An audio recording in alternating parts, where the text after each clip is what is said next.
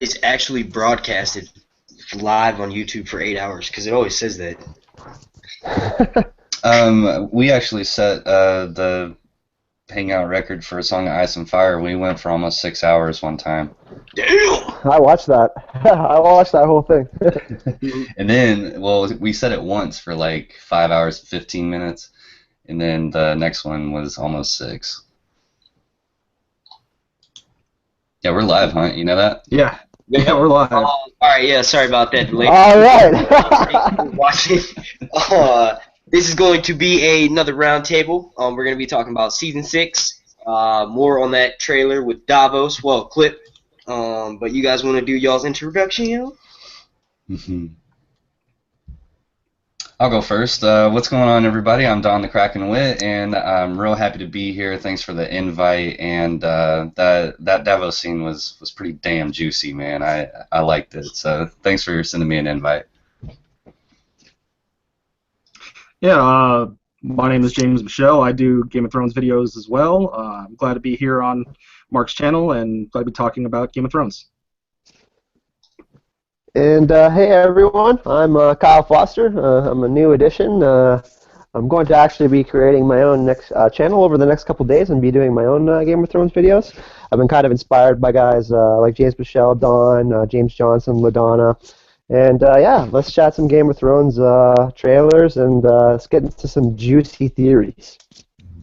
Alright, I think the chat is officially up, people. Hello! What the fuck? So, Don, since you got here last, we're going to have to catch you up a little bit, but we were just talking about the trailer, and we kind of discussed that a little bit, and we wanted to hear your thoughts on, you know, what Davos is doing with Longclaw, all the guys that are outside trying to break in, and especially Ghost. So, let's hear your thoughts, sir.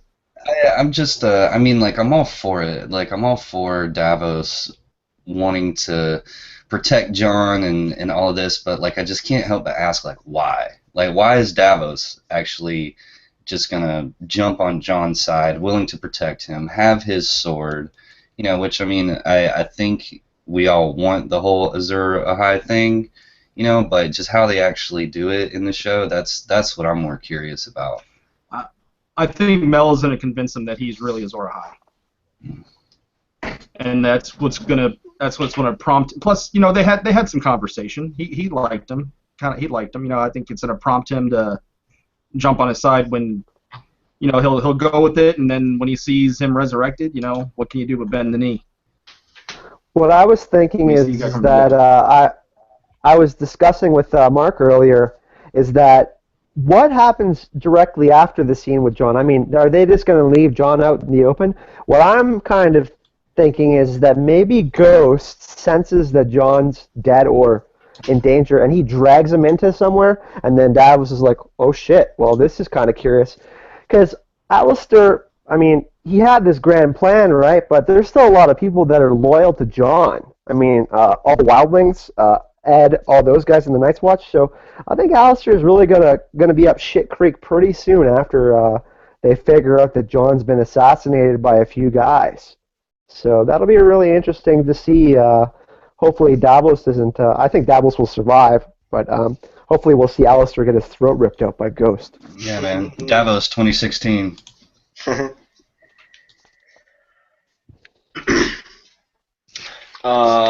Do you guys think that do you think that Alistair and Ollie are both gonna die in that scene? Well, with probably, and then the whole one kicking open the fucking doors, you know, and I don't think things are looking too good for the for Ollie, Alistair, and company. Yeah, it's going to be kind of. I'm curious to see how they handle Ollie's death, because I mean he is a kid, so I'm interested to see how they portray that or how they would go about that. But yeah, I think Alistair might get the Sir Patrick treatment from 1-1.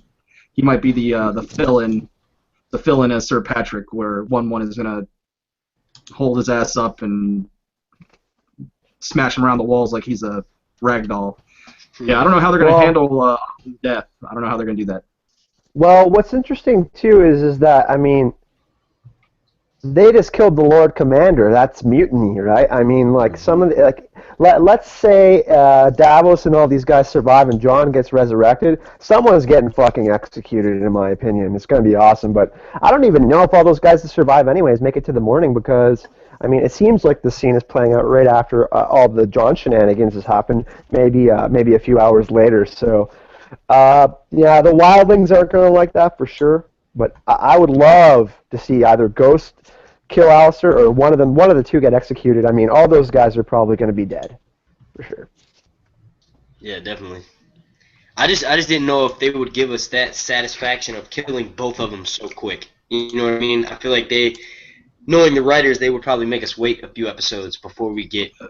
But like maybe he somehow gets away or some shit. Like one of them. You know what I mean? Yeah, personally, I had an issue with them making Alistair Thorne one of the ones to stab Jon. Because, well, first off, it's not like that in the books, but I thought that they kind of did a good job with Alistair Thorne in season 4, episode 9, Watchers on the Wall. Like to me, he was like the star of that show. He was like rallying the men. He was a badass. He was, he had a bunch of good one-liners, and I felt like the way they were progressing his character, that they shouldn't have went that route. But I felt like since they did such a bad job of building up other like tertiary Night's Watch people, like I felt like they were forced to put Alistair Thorne in there because like if you ask a show watcher like who's in the Night's Watch, like there's the John's friends and then there's the one guy that calls him a bastard. I mean, so like I felt like they had to make Thorne be one of them because or else it just wouldn't have an impact. Well, Agreed. Well, what I'm thinking too is that let's say Jon is resurrected. Jon's a pretty cool dude, man. Like he's been through a lot in his life, man. And all these parents got fucking slaughtered by wildlings. Let's be honest. Would Jon forgive him for doing that? I mean, if he comes back, he's obviously gonna kill the boy. But I don't know, man. I have this weird feeling that perhaps Ollie may be the one to make it out of all of it. I don't know. Killing. I mean. The Sansa scene was controversial. Imagine they fucking just like started beheading kids and stuff like that. I don't know, man. They already burned. Yeah, Dude, but do you anything. not remember season 1? Do you not remember season 1 when Cersei had them get all the babies, all the bastards? Oh, And yeah. they literally had infants, like, hold them by their legs, so they've already gone down that road. Like, this is like a pissed off teenager. We saw them kill infants. You know what I'm saying? Like they've already been there, done that. They're not What's afraid his to do face? that. I just kind of wondered like how it would be portrayed because they killed an infant, but they kind of like showed it off screen. So I wonder if they'd like go off screen with Ollie, but yeah, I don't know. I do think he's at the best chance. If any of them is gonna live, it would be him. Maybe Jon showing him some mercy, but the rest of them are dead for sure. I want to give a sorry, go ahead, guys. No, I just wanted to say hey to your boy Ricey in the chat room. He came over to my Yeah. page. He came over to my page last night and told me he subbed, and I appreciate that, man. Hell yeah, Ricey's the shit, dude. I was trying to get him in on this call. He's acting like a little punk. Don't want to join on. Nah, he's on some shit. No. He's it's late over there. He's in England. Yeah, he's in England, so it's late over there. That's how, we had some really nice comments last night. Yeah. That's how Kraken got me to come on. John enjoyed. Yeah, that's how Kraken got me to come on YouTube. He called me out in the chat, called me a punk. So that's what started my YouTube. He's been harassing me lately. He's kind of a bully. Dude, I likes the Greyjoys. Nah. I already told you last night, or yesterday, you were the one who invited yourself. So whatever. I don't want to hear that. All right. So we talked about the scene. Now Don, we were chatting earlier about how the Game of Thrones budget has went up this year. It's actually $10 million per episode. I don't know if each specific episode would be $10 million. Like maybe episode 9 might be $20 million, because of the big battle or whatever. But what are your thoughts on that? Do you think we're going to get more direwolves this season and more dragons?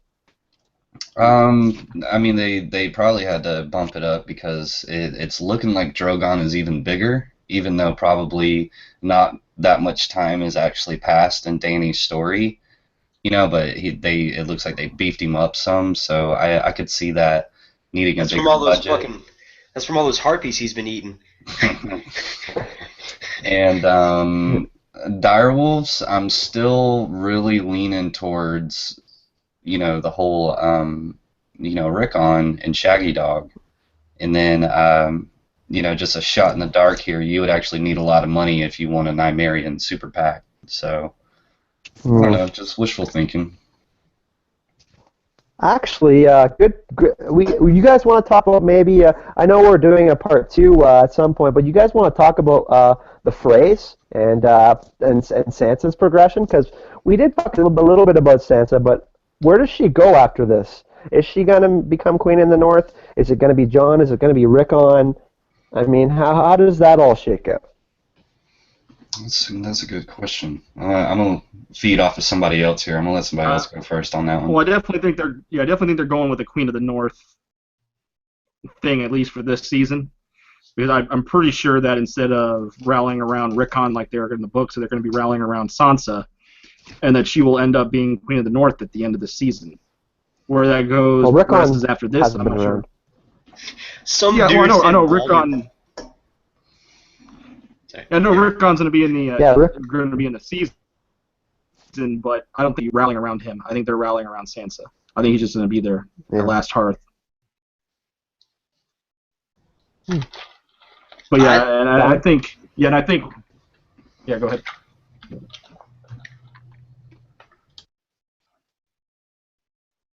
Anyone? Go ahead. I wanted to hear the rest of your thoughts because, you were saying something about Rickon, sorry? Well, if we go back to season 3, we know that Asha, she said she was going to take Rickon to Last Hearth, and we know we got Small John Umber casted, and that's where he's going to be, even though he's dead in the books, but he's not dead in the show.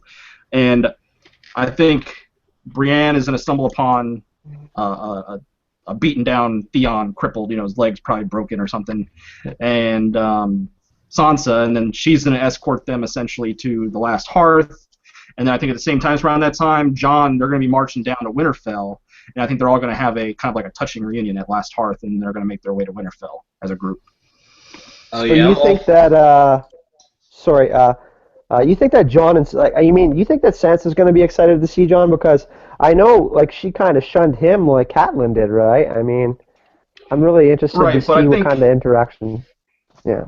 I think at this point, though, familiarity will. I mean, she's changed a lot since then, too, and familiarity will mean a lot. And the fact that, remember, they made it a point, they made it a point to have Ramsay tell Sansa that Jon Snow was Lord Commander of the Night's Watch, and she kind of, perked up a little bit when that was mentioned.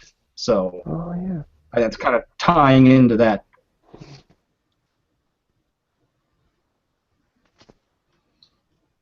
I'm going to have to rewatch the season. That's right. Go ahead, Don. I want to hear your thoughts on Sansa and possibly Jon reuniting. What's going to shake out there? I think I touched on it last night about the whole Queen of the North and Dark Sansa and stuff like that. I think everybody expected it too soon. Like, they were just building it up, last season to show her turn into this, kind of mean person and take this role to finally get back at all the, evildoers and bad people that we've had in the story, because, the Starks, quote unquote, are the heroes and stuff like that. I think that everybody expected it too soon, and I think that this season is when we're actually going to get it. So I think everybody just needs to keep calm, and Dark Sansa's coming. So. Do you guys think? I know this is completely off subject, but do you guys think that clip that we saw is from the first episode? I don't think it is.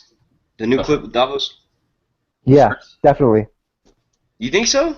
Absolutely. A lot of what we've seen, I believe, is within the very first couple of episodes. Well, not. Sorry, go ahead. No, I mean just throughout a lot of different characters, the Davos, the Sansa running, and stuff like that. Even the King's move, on Pike and whatnot. I think everything that we've pretty much seen is from very early on in the season. Yeah, I just don't know if, because like we see a lot of the Battle of the Six Armies or the Battle of the Bastards, but I know that that's way later. That's probably like season or episode 8 or episode 9. So I just know that they probably mixed some other scenes that might not happen, or I don't know until later on in the season. But I mean, I can't definitively say it's episode 1, but I think it's probably pretty early in the season, at least within the first 3. Hmm. Yeah, definitely. I think it's got to be early. Uh, I just think that you see what I don't know if you guys watch The Walking Dead. I'm a huge Walking Dead comic fan, and do any of you guys watch The Walking Dead? oh yeah, Yes. Okay, so did you see what they did with the Negan thing, man? Like they could do that on Game of Thrones, right? Like how they pulled it off, but they got to make a resolution because we waited what almost 9.5 months, right? So I think they got to do something like episode 1. Yeah. Hmm. Well, like I kind of figure this is like how whole John's arc is happening throughout this season. I think like episodes 1 through 3 is his resurrection and coming to terms of what happened and recognizing what he is, and them coming up with plans. Like 3 through 6 is them marching, the reunion with reunion back at last. After that is the actual battle and the repercussions of that battle. Like 7 through 10 is where I kind of think his arc is going to be going this season. That makes sense. Don? I just I had to step away for a second. What was the question? We were just talking about like the structure of John's arc this season. I mean, Mark was saying, do you think that the stuff from the Davos trailer is that going to be in episode 1? I think they got to make a resolution pretty quickly for us. I mean, we've all been waiting quite a while, right? That motherfucker's dead. Yeah. Episode 1, John dead confirmed. So we kind of covered the North quite a bit. I was thinking that we could talk about we kind of touched on Samwell a little bit before we kind of had that kerfuffle into the new video. So Horn of Jorman, Sam or Mark said he thinks he put it in his bag. I didn't notice that. I didn't watch that closely, I guess, for that part when he's packing up and leaving with Gilly and all them. Does Sam have it, or is it something else? Like, I mean, because obviously Euron has to do something this season, and he's obviously going to do the King's Moot. Like James said, probably the first arc of the season will be that for him, but he's got to go somewhere, no? I mean, meet up with Sam, maybe. You mean Euron meeting Sam in Old Town? Yeah, not in a pleasant way. Right. No, I actually don't think Euron will meet Sam in Old Town. I think Sam will go to Old Town first, and then they'll be in Old Town, and then he'll drop off the Horn. He'll talk to the Macers or whatever, and then we'll see him go to Horn Hill to drop Gilly off, and then Sam is gonna come back to like the rubble of the Citadel. Oh. Yeah, he's gonna come back and see that it's all fucked up from Euron. Yeah, yeah, if we saw Euron-Sam interaction, then Sam probably ain't living. I mean, yeah, as close as we got to it in the books, like, Sam even comments on, like, the dead bodies floating down, in the caverns or whatever the hell they're called. So, I don't think they're necessarily going to meet. It, like James said, it's going to be nasty if they do. I don't think Euron's going to be pulling any punches this season. And if they actually introduce the Greyjoys like they are going to do, I think that they're going to make this a mean son of a bitch. I think he's going to be mean as hell.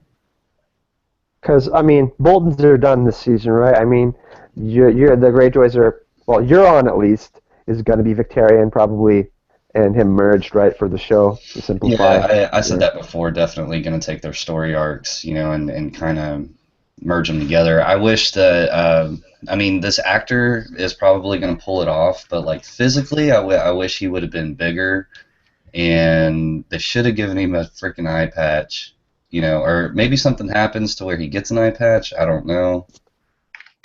Well, I remember when people were talking about Oberyn and they're like, "Oh man, he needs to be sexier and whatever and blah blah blah." I'm like, man, Pedro Pascal fucking killed it as Oberyn. So I'm really excited to see what they do with Euron. Yeah, for sure. I mean, yeah, really, it's. Sorry. I was just saying.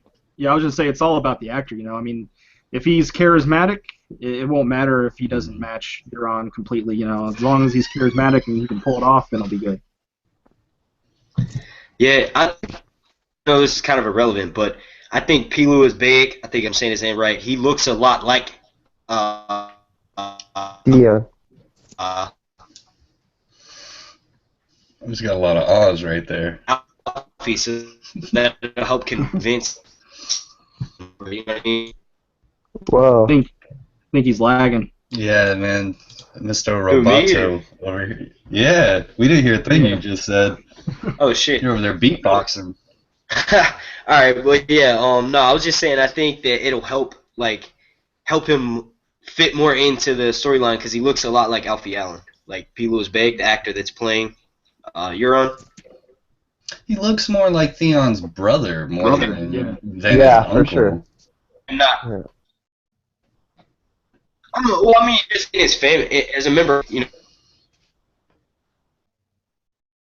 Uh-oh. Uh-oh.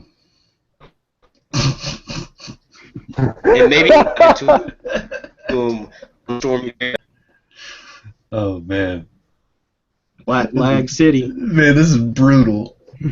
Oh, poor guy. Dude, Sir Hunt's Reviews is the most savage man on YouTube right now. Look at him.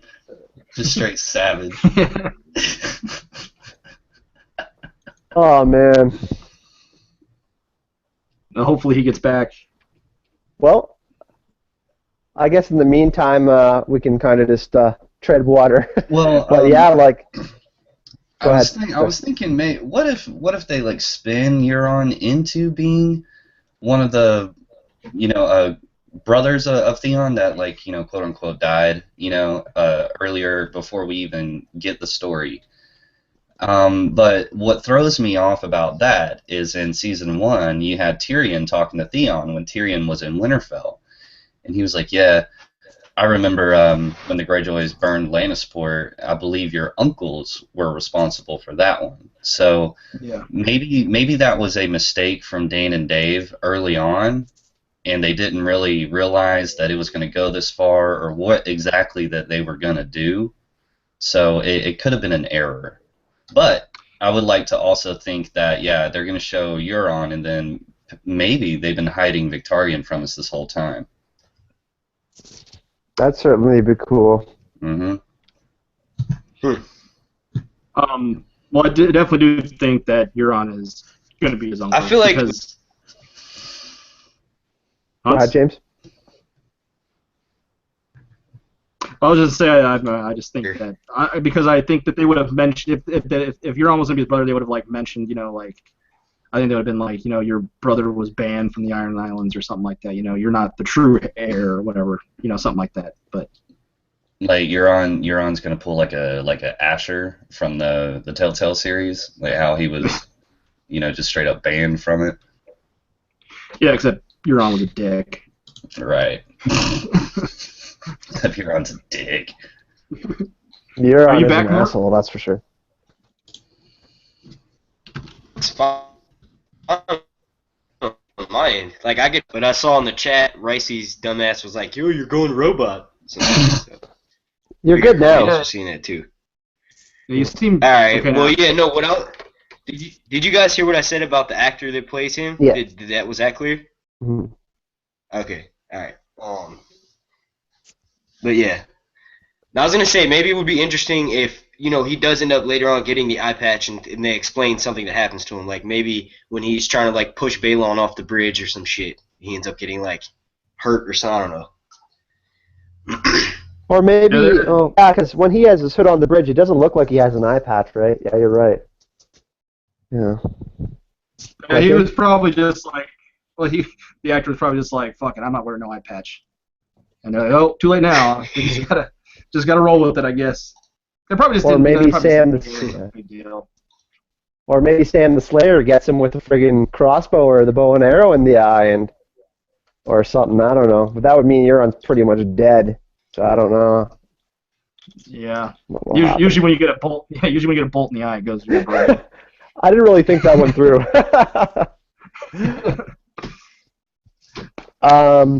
So we kind of covered Davos. We covered Euron.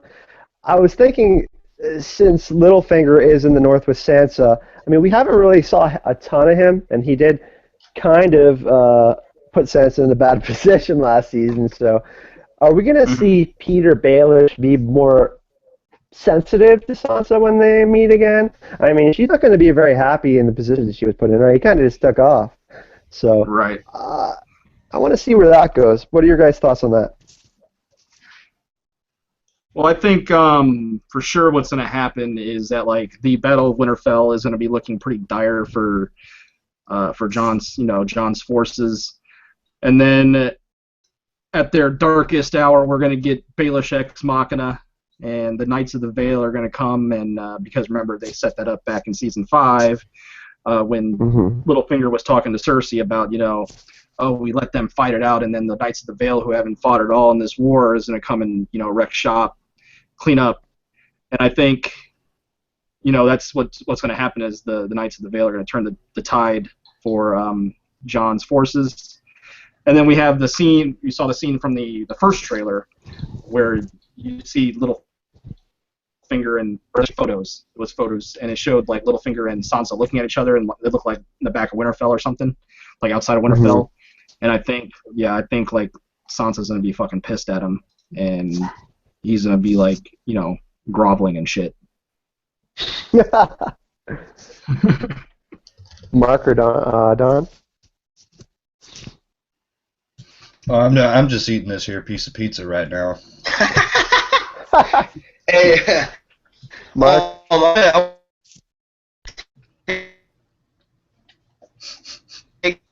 Some stuff from the chat box because talking shit. I got distracted, so I don't really have anything to say to that. I'm sorry. Yeah. Sorry, okay.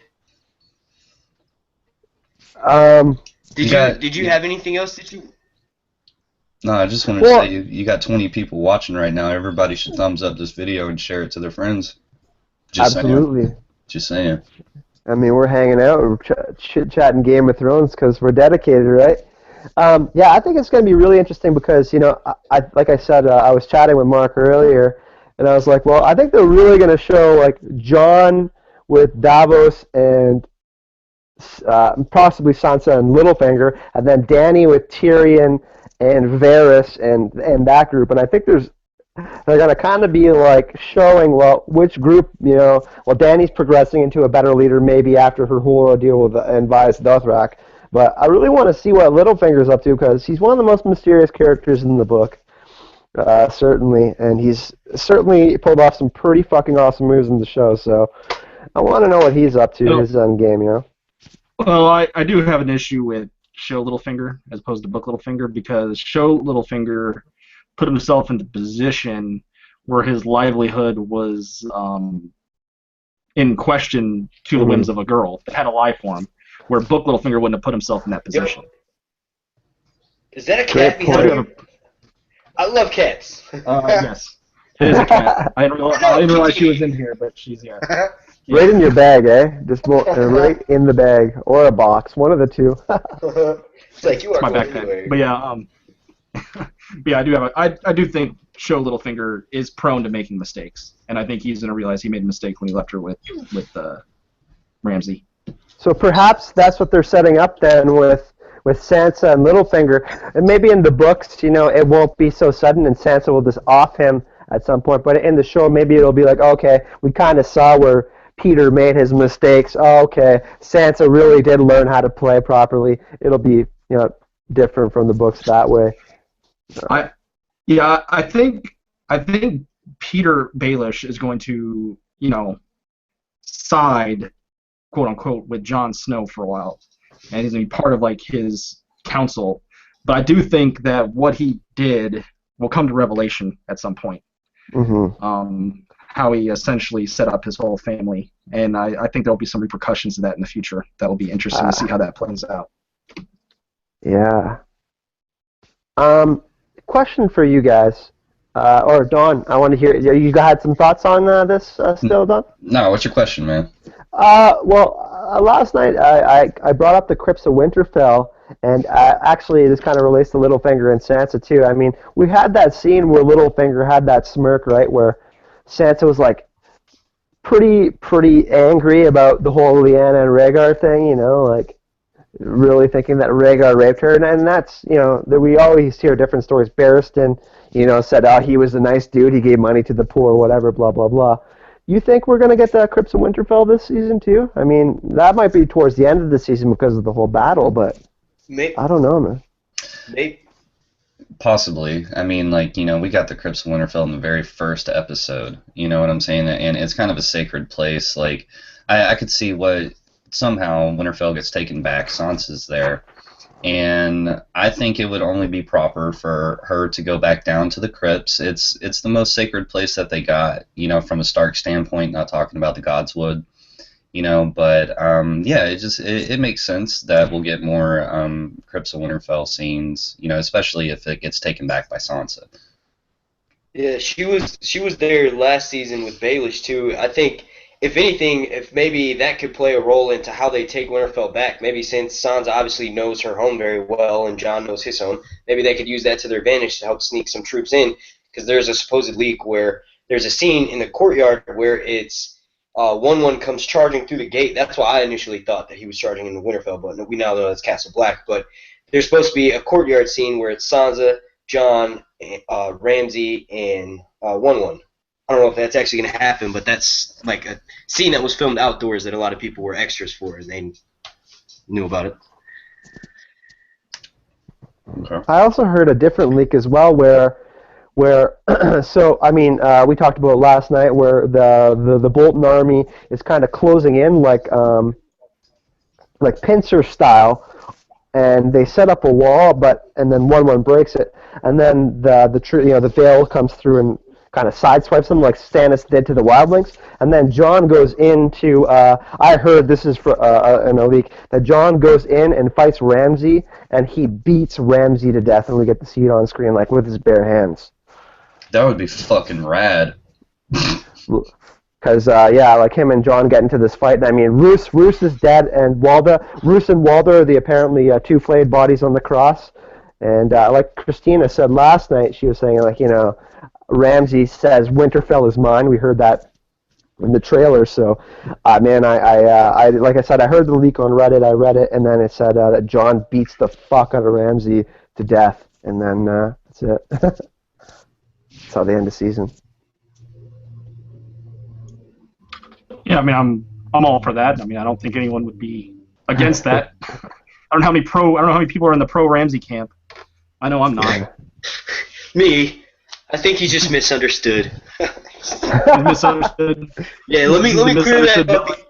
Yeah, let me clear that up real quick though. I have a lot of people that are coming after me for Sansa. I do not advocate Ramsay Bolton. He's a piece of shit. Yeah.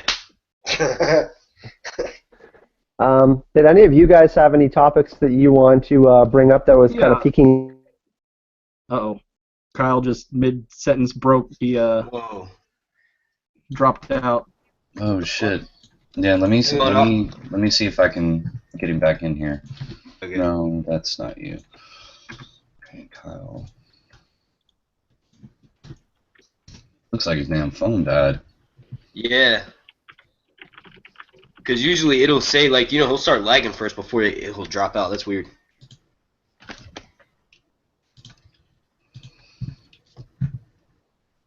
No, he's on. Come on, guy.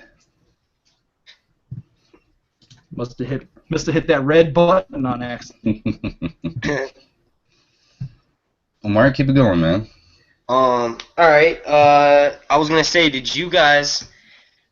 I mean, actually, well, no. Okay, yeah. Do you guys think that we will see a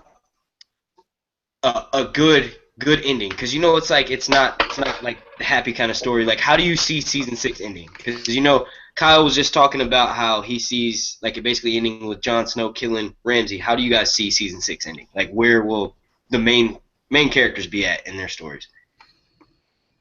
Well, I think go ahead, Don. I mean, I don't necessarily have any particular scene of how the whole season is gonna wrap up, because we're really in uncharted territory here. It could be anything, but I think the whole dramatic cliffhanger stuff is a necessity for shows in general. Like period. Even books, movies. They just kind of leave you guessing and just wanting more. So it may be something, maybe a character death again. That even book readers haven't been privy to. But I think it's going to be just as bad, if not as worse, as John. John last season. Well, I actually think it's going to be on a higher note than that. I believe the last shot of this season will be in Marine, the bays of Marine, and we're going to see Danny, the Dothraki, the whole crew, minus Dario, because I believe he's the Harpy and he's going to get killed. We can talk about that later. But, yeah, it's going to be like the last scene will be the boat shoving off. We're going to see, like, Danny, Tyrion, and Jorah at the bow of the boat, and then it's gonna end with like a dragon with like a Drogon squealing, and like he'll fly across the screen. It'll be like a screen wipe to black. That's how the season's gonna end. Mm-hmm. I like the sounds of that. Yeah, I'm in agreement. I think that it'll probably be Danny sailing to Westeros. I don't think they can wait any longer. I mean, like we were talking about. I mean, we originally thought we were only gonna get 7 seasons. Now we're getting 8. I mean, they would have definitely had to do it probably by mid-season this year if we only had 7 seasons. So Danny's going to sail back to Westeros, and I think maybe that the wall might fall down. They might do that, but maybe that's next season. I was going to say, I think yeah, dude, I see that. Hey, you guys in the chat, chill out. I didn't put that block up where you can stop the spamming messages, but you know what I mean? Whatever. People are going fucking nuts. But yeah, no, in that plot league, y'all are saying some crazy shit, dude. Like Jon Snow's gay and shit, like all kinds of fucking shit. Like apparently he got raped in the crypts beneath Winterfell. Like that's why he won't go down there. Like I don't know. Yeah, he's gay and he's in love with Sam. Yeah, Sam's in love with him. They were like, is he a top or a bottom? But yeah, no. Kyle, I think me and you have found that same plot league, and James, you as well. I think, what that says at the end of it, what's going to happen is Danny ends up sending the Dothraki back to the Sea of Dothraki or whatever, and she ends up taking the remaining Unsullied that she has and all 3 of her dragons and sails to Westeros because Tristan supposedly shows up from Dorne. Yeah, because they're essentially making Tristan Quentin. Mm-hmm. Wow. But because sorry, go ahead. I just wanted to add something really quick because Tyrion's in the trailer. He has a torch in the Yep. And a lot of people think that that's Varys at the top of the stairs. I don't necessarily think it's him because you can't really tell, but a lot of people think that that's Varys up there too with him. So sorry, Jay. Yeah.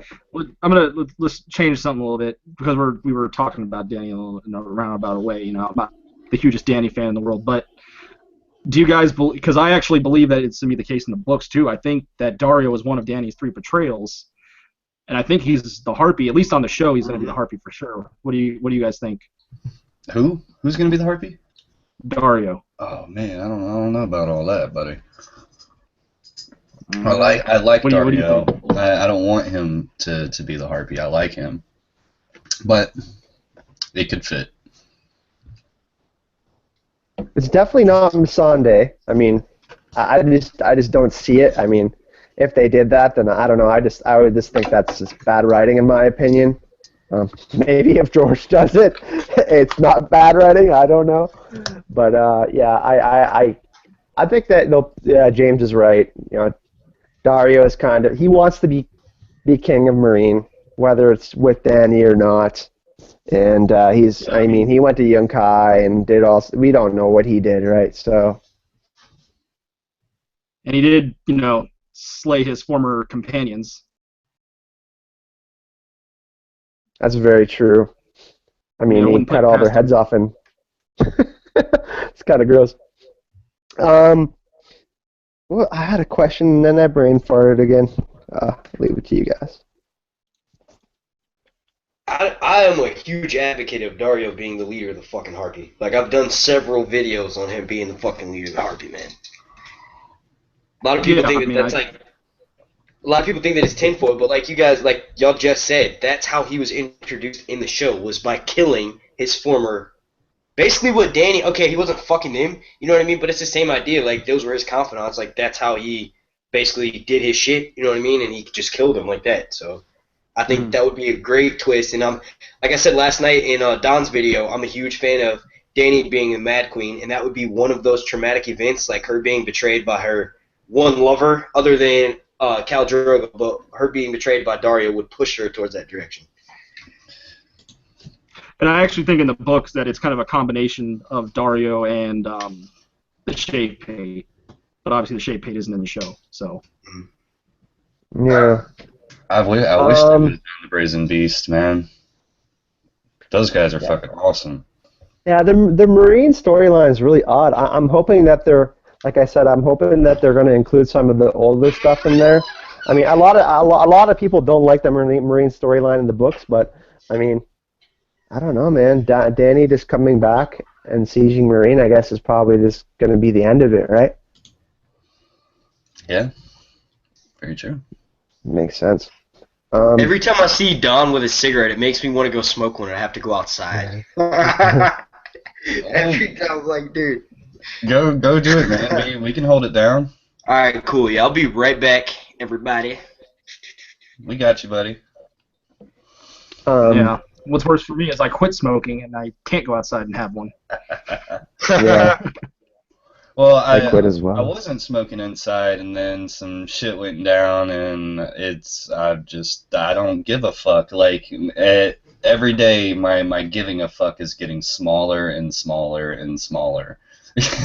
Just about every damn thing, so it's whatever.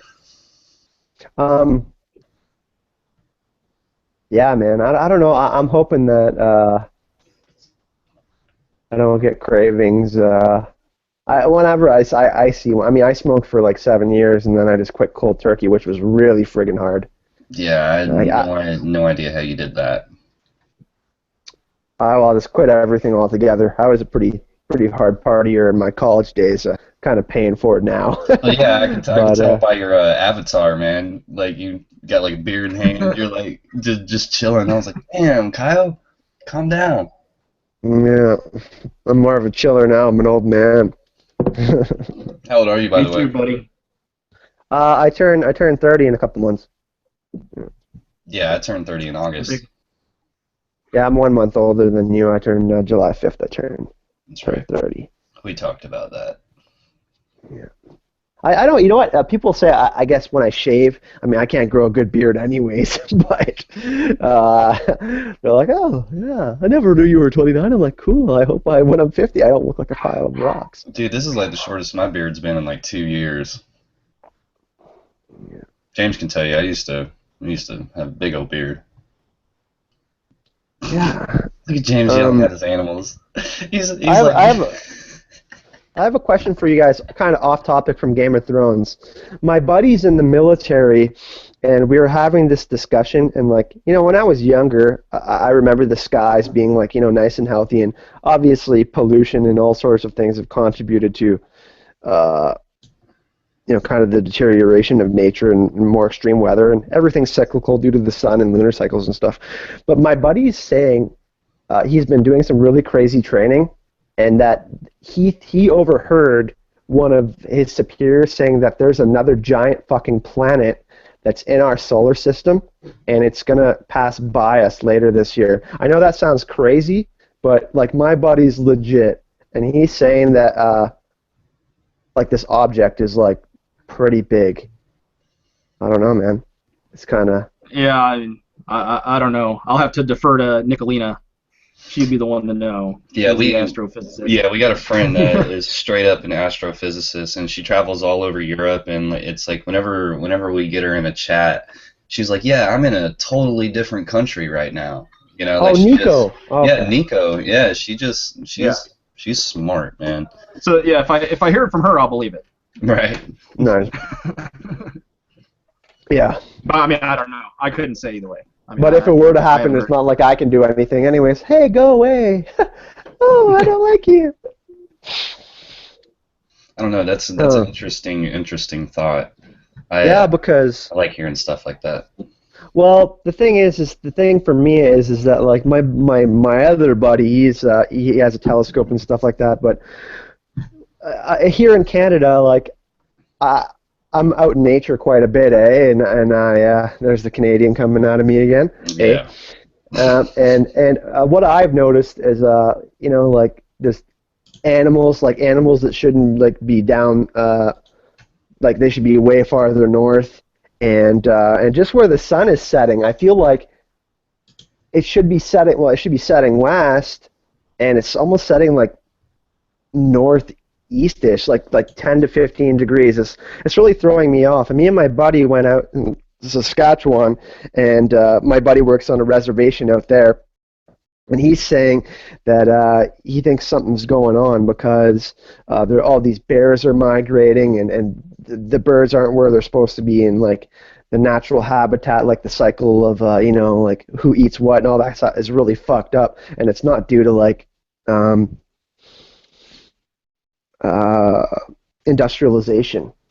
And basically he's saying that, you know, us as humans, I mean, we can think more rationally, and we have an advanced train of thought, and animals are more instinctual, and their brains work more through like, you know, radar, and birds, you know, they use like EMF, like electromagnetic frequencies, and they're disturbed by all that sort of stuff.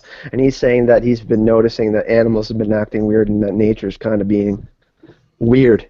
I don't know, I don't know. man. My dogs have still been the same assholes that they've always been. So Where did the conversation go? What are y'all talking about? yeah, we went I don't off know, topic that's a on that crazy one. spot. No, I was just saying something weird. So just to bring it back, just so I know where you guys are at. I obviously know who, like, what house and who's Kraken's favorite characters. Like, who are you? Because I haven't really talked to you guys that much. Like, who are your guys' like house and favorite character? Mark? Me? I'm gonna have Yeah, to. Mark and Kyle. All right, cool. So, yeah, I just want to let everybody know, like, my little emblem that pops up here. I'll show everybody real quick one more time. That right there, you know, that is obviously derived from Beric Dondarrion, House Dondarrion. You know, purple lightning over the starry field or whatever. But my house, my favorite all-time house in Game of Thrones is Targaryens. All the fucking way. I'm all about some dragons, and I know Ricey and Raze are gonna go ham in the fucking chat when I say this, but Targaryens all the way. They have the most established history that's written about, you know what I mean, outside the novels. And I feel like, yeah, they're inbred, but they're high Valyrian lords. They're the only ones who could ride dragons, and when I heard that the show had dragons in it, that's what initially got me to, you know what I mean? So are you a Dany fan, or I just mean, like yeah. house in general?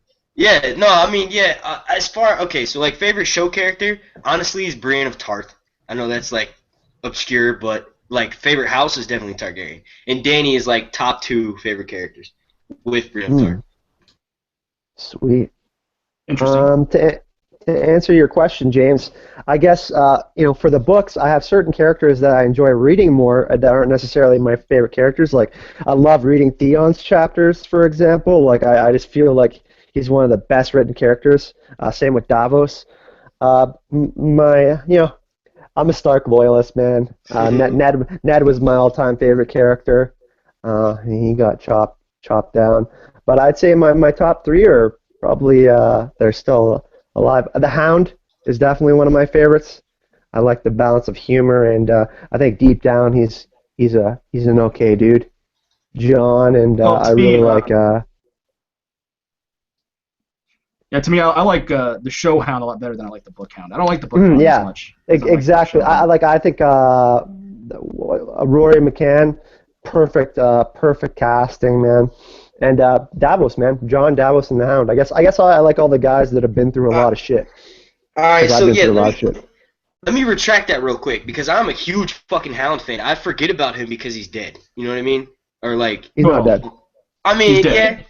Yeah, well, I mean, like, okay, yeah, that's another thing, too. Let's talk about that Ian McShane interview real quick where he supposedly spilled the beans. Now, he's talking about a character that we all knew like for 100% certain was dead. We never saw the Hound die. He was just left there. You know what I mean? And I know in the books it goes down differently. It happens when him and Arya attack Polliver at the end, and he's drunk and like delirious because he hasn't eaten, so his wounds end up getting infected. But I don't necessarily know if that's because Ian McShane was saying that as somebody that we all thought was dead, and we never saw him die. I just figured it would be interesting if maybe he doesn't bring back the Hound. Maybe the Hound ends up coming back into the storyline a different way, and maybe he's the one that helps Melisandre resurrect Jon Snow. I just want to add something real quick. What does the Hound say exactly to, unless there's a maester nearby, I'm a goner? Something along those lines. Unless there's a maester hiding behind that rock over there. Yeah. Unless there's a maester. And I literally think that there's a maester behind. Like, I literally think what he said, it's like a rhetorical question, like there's a maester nearby. Like, seriously. That's what I think. I hear what you're saying, but I think it's just it's just the interview, like kind of like the way he said it or whatever. But I mean, I think it's the Hound. I just gotta believe it is. Um. And with this show, unless you see their head come off, like, or their body being burned, I don't think you can really count anybody out. Like the whole Stannis thing, that's still up in question. I mean, people still talk about Syrio. And like, you know what I mean? That reminds me. If the person out there is watching right now, they told me I look like Serial Pharrell. Like, yo, and it's so funny because like when my hair is wet and curly, I can totally see that. I like didn't even comment to it, right? And then somebody else from a different YouTube name goes, "Hey, are you Serial Pharrell?" I was like, you fucking serious. Yeah. Well, that's cool. Someone took me. I looked like a bottom of a foot before, so that's better. But I would say, Kraken, that I think after I saw Stephen Delane's kind of, his scathing remarks, I think he's dead. Like if he was still under employ, I don't think he would have been talking shit on the show. Yeah, he's dead. I think he's dead. Yeah, I definitely think Stannis is dead.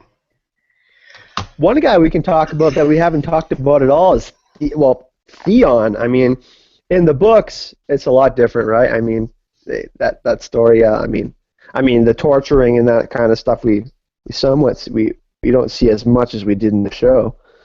But where do you think Theon goes from here? Does he make it back to the Iron Islands? Does he get killed by Ramsay? And that's Yara will show up. Yara will show up because she's been spotted filming with. Okay, so like Sansa or Sophie Turner and Alfie Allen showed up on set for like a really long time, and then eventually they showed up separate. And right before they showed up separate, that's when Yara started being filming. So I think that maybe she goes with Theon to a certain point, and maybe he ends up somehow getting picked up by his sister. I don't know. Maybe they send out ravens or something, or crows, ravens, whatever. That makes sense. Yeah, that's interesting. Yeah, I think Theon somehow makes it back to the Iron Islands because I believe there was pictures of him at the Iron Islands, I think. Mm-hmm. Yeah, in Ballantoy. He was filming in Ballantoy Harbor. Yeah, so obviously I think he's making it back somehow. My friend went to Ballantoy Harbor and said it's one of the most beautiful places in the world, by the way. Sorry. Oh, yeah. I watched a YouTube video. Somebody had taken their drone and just flown it all around. Like, it was fucking gorgeous, dude. I'd love to live there. Yeah, I'm sure it's better in Kansas. Is that where you're at, James? Yes, I live in Kansas. Well, at least you don't have like 2 feet of snow on the ground right now, where I'm at. So, it looks like here. Snow. It looks like the Dothraki Sea is what it looks like here. Milk grass. Shit, you guys are fucked. Yeah, here, ghost grass. Yeah, here in the South, me and Kraken are pretty close. We got, like, it was fucking 70 degrees outside. Man, dude, the past couple days have been fucking beautiful, dude. Like, oh my god. Like, just walking around outside, I'm just like, man, I've been missing this, dude. As beautiful as my hair? Yes, almost. Hey, do you guys want to talk about some obscure Song of Ice and Fire theories that involve, like, the show and the books? All right. I'm up.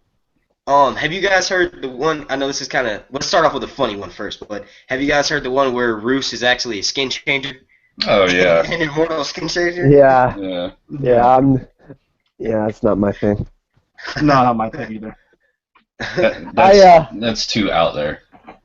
I really like James and LaDonna, but some of their theories, man, like I love them to pieces. They're my favorites, really, honestly, other than you guys. But some of them, I just listen and I just nod my head. I'm like, yeah, it just makes me laugh. I see where they're going with it, though. I mean, I just don't think. I mean, Martin isn't.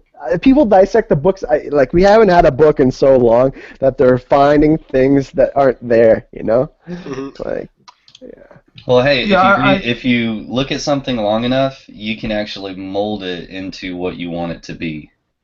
Mm. And Start making all these you can connections. do that with anything. Mm-hmm. Yeah, I definitely In think the show, that. I would say Go ahead, I Jay, sorry. definitely think that sometimes people take, A Song of Ice and Fire a little too far. I think sometimes.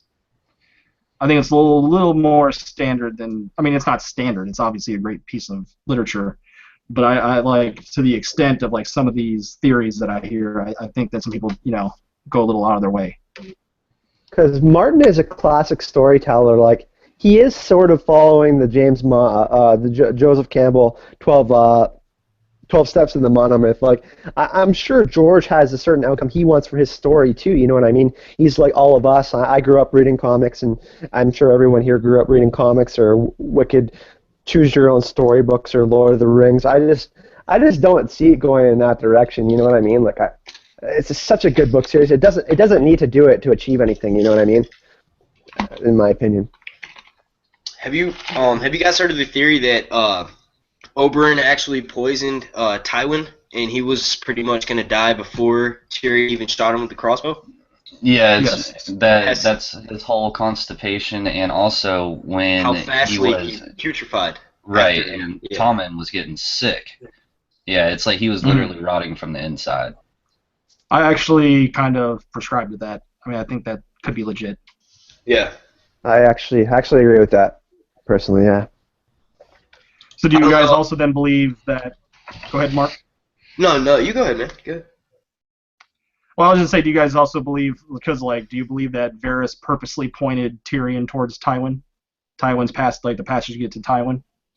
Oh, Because I've hell heard yeah. people say that Varys has they purposely guided Tywin or Tyrion to essentially go kill Tywin. Yeah, yeah, why not? Varys is, and I believe him when he says this. Like he wants what's good for the realm. I agree. And even though Tywin is a fan favorite, just for Tywin being Tywin, but I think he needed to go, and I think Varys understood that, and why not let Tyrion do it? Because Tyrion would be somebody who would actually kill him, and turns out it did. Well, I do actually think that Tywin was actually probably pretty good for the realm. I think the reason why he did that he did it is because the same reason why he killed Kevin, because he essentially wants the realm in chaos, so the people turn against the Lannisters. Mm-hmm. When Fagon invades, he wants the commoners on Fagon's side. So that's the reason why he has Tywin killed, and then that's the reason why he ends up killing Kevin later, because Kevin was doing he was doing a legitimately decent job of putting things in order that Cersei was fucking up. So Yeah. Agreed.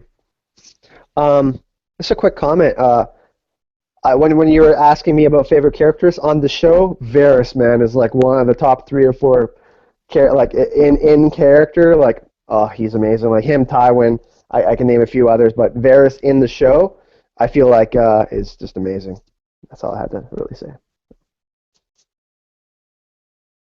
Do you guys think this relates a little bit more on subject to season 6? Do you think that they're gonna show? I know we see Euron on the bridge in the Stormy Storm or whatever, Stormy Storm. But do you guys Nice. do you guys Nice. do you guys think that do you guys think that they'll show Euron actually doing it, or do you think he'll be killed by a faceless man? No, I think the whole bridge and the stormy storm just kind of confirms, everything with the whole goes to High Heart prophecy, with the seaweed and the raven. He's called the Crow's Eye. I think it's going to be him. Now, in the books, it's very possible that it was just a faceless man, but show-wise, I think they're physically going to have him do it. Mm-hmm. It'll just make more sense. It'll make his like when he's running, I guess, to sit on the sea stone chair, whatever. It'll make his claim more like, oh, well, we see this guy as a maniacal because like he lies a lot in the books and he manipulates people like all the time, right? Like that's one of his things. He's like a master manipulator. Well, we haven't seen Balon for 2 seasons, and I think if a faceless man comes to kill him, it will kind of mean less in the show. Yeah, so I think if Euron's actually his brother killing him, that makes more sense. I think it would have more impact.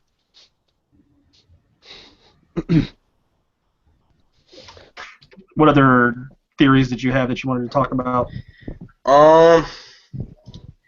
Well, maybe no. I was gonna say that one, but that was kind of stupid. The one that Mira Reed and Jon Snow are twins because they look alike, and their age is very similar. Their age is very similar if you go by worldwide stars. One of the ones that I did see that I saw was Aegon and Jon being twins. Have you guys heard of that? And the reason why Ned took the black-haired one is because he would fit in more as a Stark, I guess. Have you heard of that? Yeah, I don't know if I buy into it though. I haven't really heard that one, and I don't know how I feel about it. Do you think Aegon is a real Targaryen? You think he's a pretender? I've gone back and forth on it because when Varys kills Kevin, he tells him that he's real, and I was like thinking, why would he tell a dying man a lie? But then I thought about it, this is King's Landing. He has, they could have spies in the walls. He could be, someone could have spies in the walls, and he's like saying it for them or whatever. But, what do you guys think about why tell a dying man a lie? Well, here's my theory. I mean, if they haven't showed him in the show by now, and I know like people are gonna say, well, the book is more important than the show. I just don't think he's gonna be that important in the books. Like, I just don't think he's gonna achieve as much as Martin may be foreshadowing. I think he's, and even when Tyrion was playing Cy Vass with him, he kind of threw a little bit of a tantrum. I don't think he's really made out to be a leader, man. Like, they're propping him up. It's really not his personal personality or personal skills that's achieving all these things. It's really the people behind him, John Connington, the Golden Company, whatever. So I think he's a pretender. I've always kind of questioned his, like, what's his point? It's kind of like I've always kind of questioned it. I think he's a catalyst for Dany. Like he's gonna get wiped out by Dany, man. Like that's what I think it is. Right, I mean, Dany's gonna hear about it. So. Right, he's the Mummer's dragon, the cloth, the dragon swaying on cloth on poles. Obviously there's something going on there. But I was just like curious, like what's kind of his point, what's his end game, But yeah, I could see the argument that. Yeah, I can see the argument that if he was really Aegon and he had some importance, importance to the story, then they would have casted him in the show. I totally buy that argument for sure. Well, in the show, it seems that Varys is kind of, he's not tutoring Tyrion because Tyrion is smart enough, but he's still teaching Tyrion things. Like, Varys is very, very smart. I mean, if I had to pick between him and Littlefinger, I'm probably picking Varys. But yeah, I just think because in the show, just my gut feeling says that Dany's just gonna kill this kid, whoever he is. So it won't really matter. Don, your thoughts on this, Aegon? Not really. Like when I initially read the story. There was a lot of stuff that was just very black and white to me. Like I didn't read too much into anything. I've told people before, like when I first read the books, I didn't even put together the whole Jon Snow thing. You know what I'm saying? And when I read about Aegon, he is exactly who they say he is. You know, he's not a pretender. He's not a Blackfire. He's not Jon Snow's twin brother. You know, I still maintain that he is who he is. Yeah. I just think he was introduced so late, you know? Well, I definitely don't think he's Jon Snow's twin brother. I think we can definitely throw that one. Right. I've heard that he's actually Illyrio Mopatis' son. Yeah, which would feed into the whole Blackfire. So he came from the female line of the Blackfires. I've heard that theory. I have heard that. I've heard that theory, and it seems, it potentially is plausible.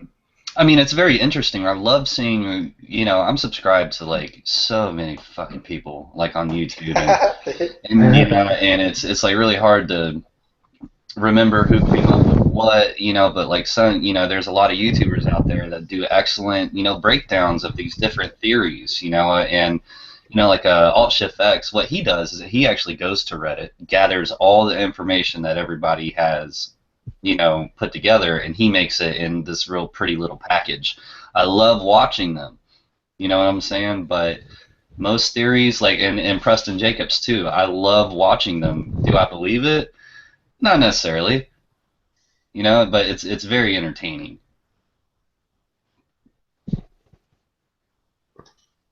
Agreed. Yeah, I like I'll go on Reddit and read theories and stuff. I mean, I started out with Westeros.org. That I heard that was kind of the place to be. I mean, you know, where all the people were chatting, and then they had stuff for the TV show too. They would, you know, post pictures of the new characters and stuff, and then I kind of graduated to Watchers on the Wall and stuff like that. So I have like 17 different podcasts I listen to, and I watch all of your guys' videos, and it's an obsession. A good one. I've never had something take over my life like this. Like it's very weird. It's very different. I've never had something that, you know, I just grabbed a hold of it and was like, this is mine. You know what I'm saying? Because like there's only one person that I know outside of the, you know, YouTube stuff and internet stuff that has actually read these books.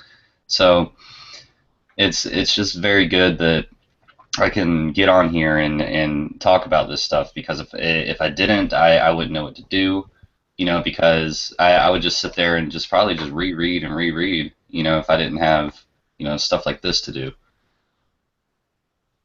Community's so great, man. I mean, in the books, there's so many characters that you can, you know, like, kind of level with, you know. Like I've been through a lot of stuff in my life. I'm not gonna cry about it, but I mean, you know, it's just like when you read it, it's like, oh man, like these people. It's not just like some superhero story where everything goes right?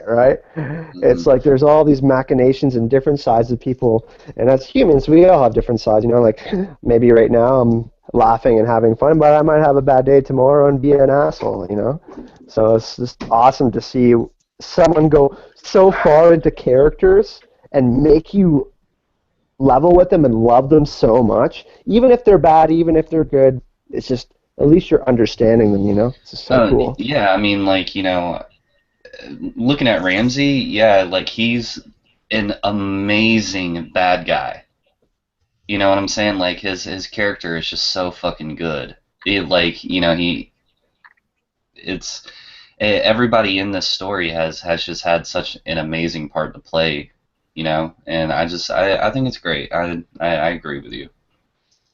One last thing, I just want to say, like, you know, when, like, you know, Negan, for example, in The Walking Dead, I want to bring up The Walking Dead again. When I'm reading the comics, it's like from his point of view, he doesn't think he's doing anything wrong, right? That's who he is. That's how fucking crazy he is. That's how fucking crazy. Yeah, right. He is. And it's the same thing in Martin's books. He doesn't pull any punches. He shows you exactly who the people are, the circumstances that have led to them being that way, and that's why I love the book so much, just because I've never seen a writer really go into such. I mean, there's so many point of views, right? I mean, you can pick and choose who your favorites are. I mean, there's been parts of Dances Dragons I skipped to John's chapter. I'm like, I don't want to read John's chapters, you know. But yeah, James, your thoughts? Oh, I mean, I pretty much agree with everything you said. Yeah, and the reason why people ask me like why I like Stannis, and it's because they're like, oh, he'll be it's not because I think he'll be a great king or he's even that great of a guy. It's one thing, because when people try and brown nose or try to get ahead with him, he doesn't take that shit. He don't like no brown nosers, and that's just like me. So I do want to say something well, to add to what Kyle was saying about the whole making you see why a character is the way they are. Honestly, when I first saw Stannis in season 2 and I see him burning fucking people on a beach, I'm like, who the fuck is this crazy occult motherfucker? You know what I mean? I had no back knowledge of him in the books or anything like that, and I'm like, yo, is this is the villain? Like him and Joffrey, are they the two villains? And then by the end of season 3, by the end of season 3, he started to come around more so. And in the end of season 4, when he showed up at the wall after going to the Iron, I could see, okay, that was his motivation. I was like, yo, he's definitely one of my top favorite characters. Now, I just don't say it because I think it's bullshit that he got killed off. Him and Beric, I don't think should have died last season. Well, I've ranted on the whole them making him burn people for religious, for not tearing down their religious idols, because that's not how it went down in the books. He burned Alistair Florent because he tried selling off Shireen to the Lannisters and make Stannis stop his rebellion. And I think this shows who the showrunners' favorite characters are. It's obviously their favorite characters are Dany and Tyrion, and hated Stannis' guts because they completely got his character wrong. But that's a tangent. I'm diverting. I'll stop there. I don't think it's a tangent, man. Yeah, I don't think it's a tangent at all. I mean, I kind of want to touch on what you said, James. I don't think it's a tangent, man. I think Martin does specific things in the books. Don was saying he didn't see some of the stuff, until he started discussing them or watching videos or rereading it again.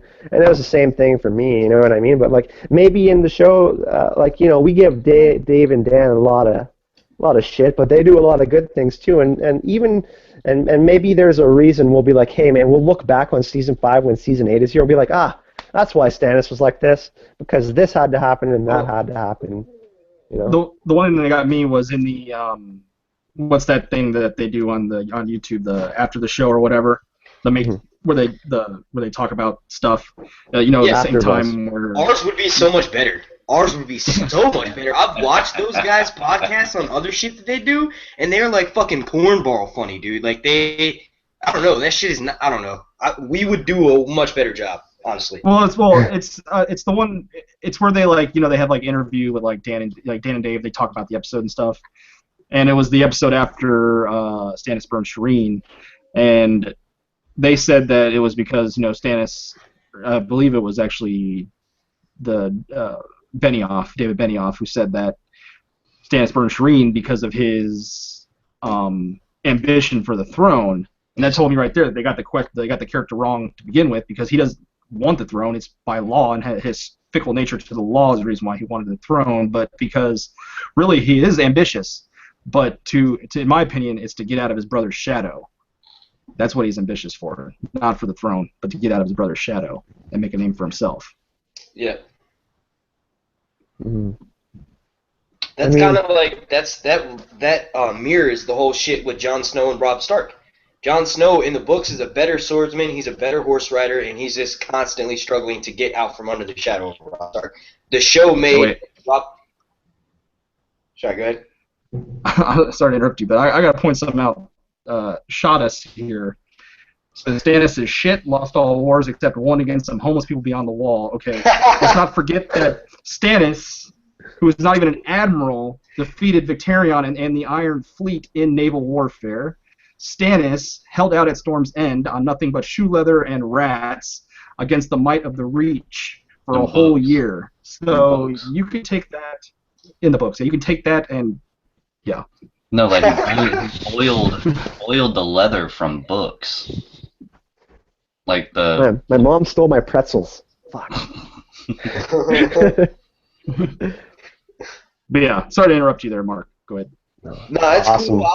I was just saying it's funny how Stannis and um Robert is like very similar to Robb Stark and Jon Snow, and just how like the show made Stark out to be the better rider and the better swordsman, and I think that's another thing that they got wrong, along with Davos, the interpretation of Davos as a character.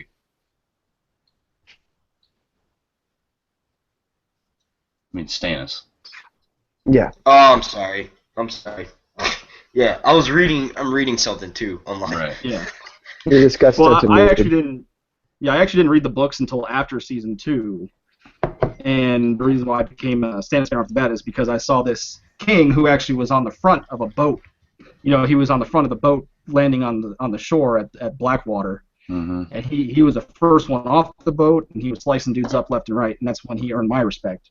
Well, they had to pull yeah. him off people, right? I mean, they had to make him leave. Yeah, they had to make him leave.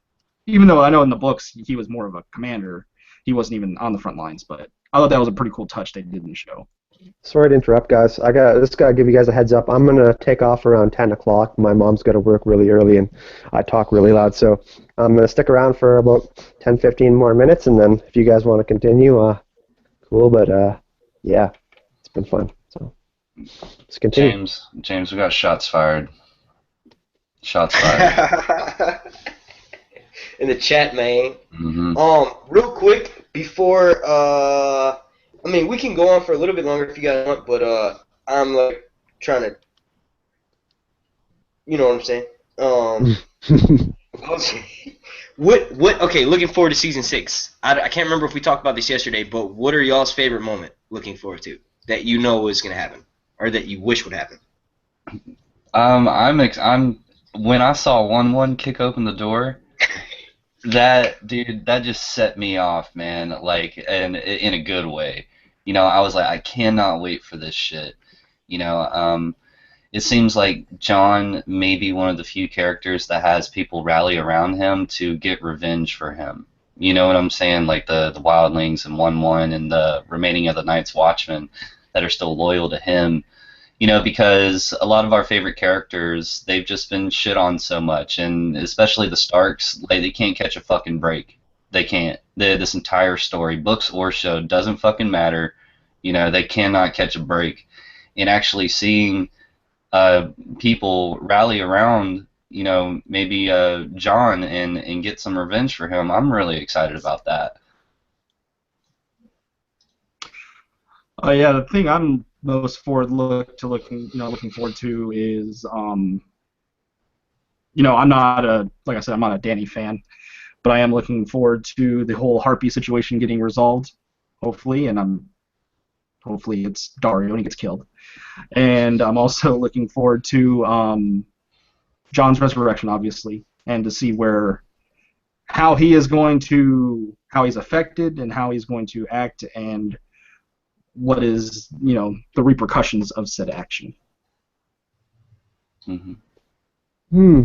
For me, I don't know, because I guess we've been in King's Landing for so many seasons. Like, I mean, that's kind of been the central part of the storyline. I'm really excited that, I mean, I always knew the crux of the story would be in the North, and I've always been a huge, Stark supporter. I love all the characters.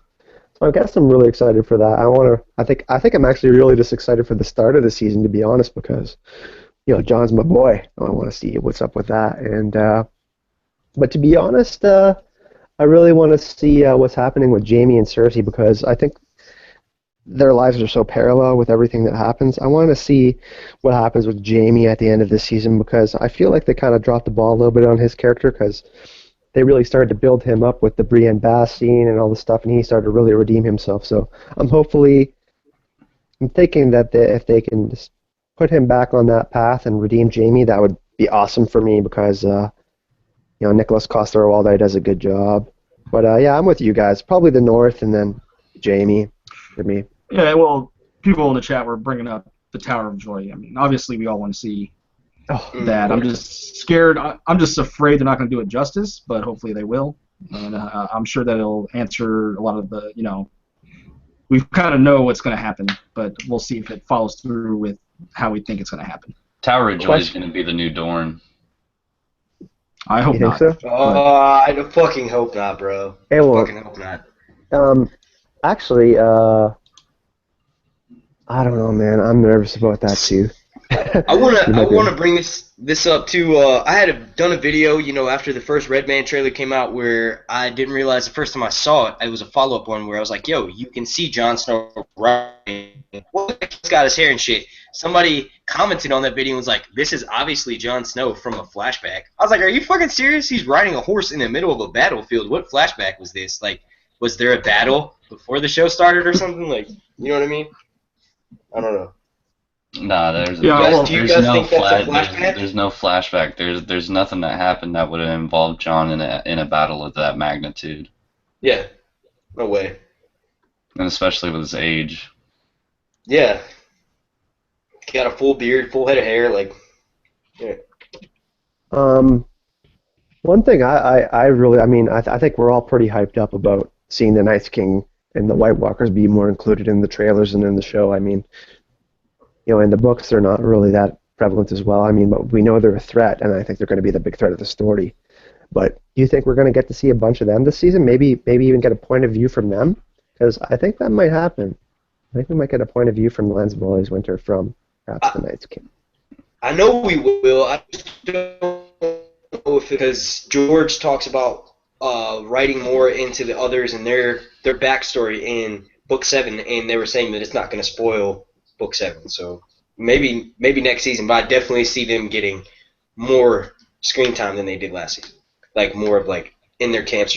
Because you see, Bran is obviously like what I think Bran ended up doing to see the Night King is that he ended up infiltrating a lower-minded creature like one of the whites, and obviously the Night King ends up noticing that, and that's why he grabs his hand.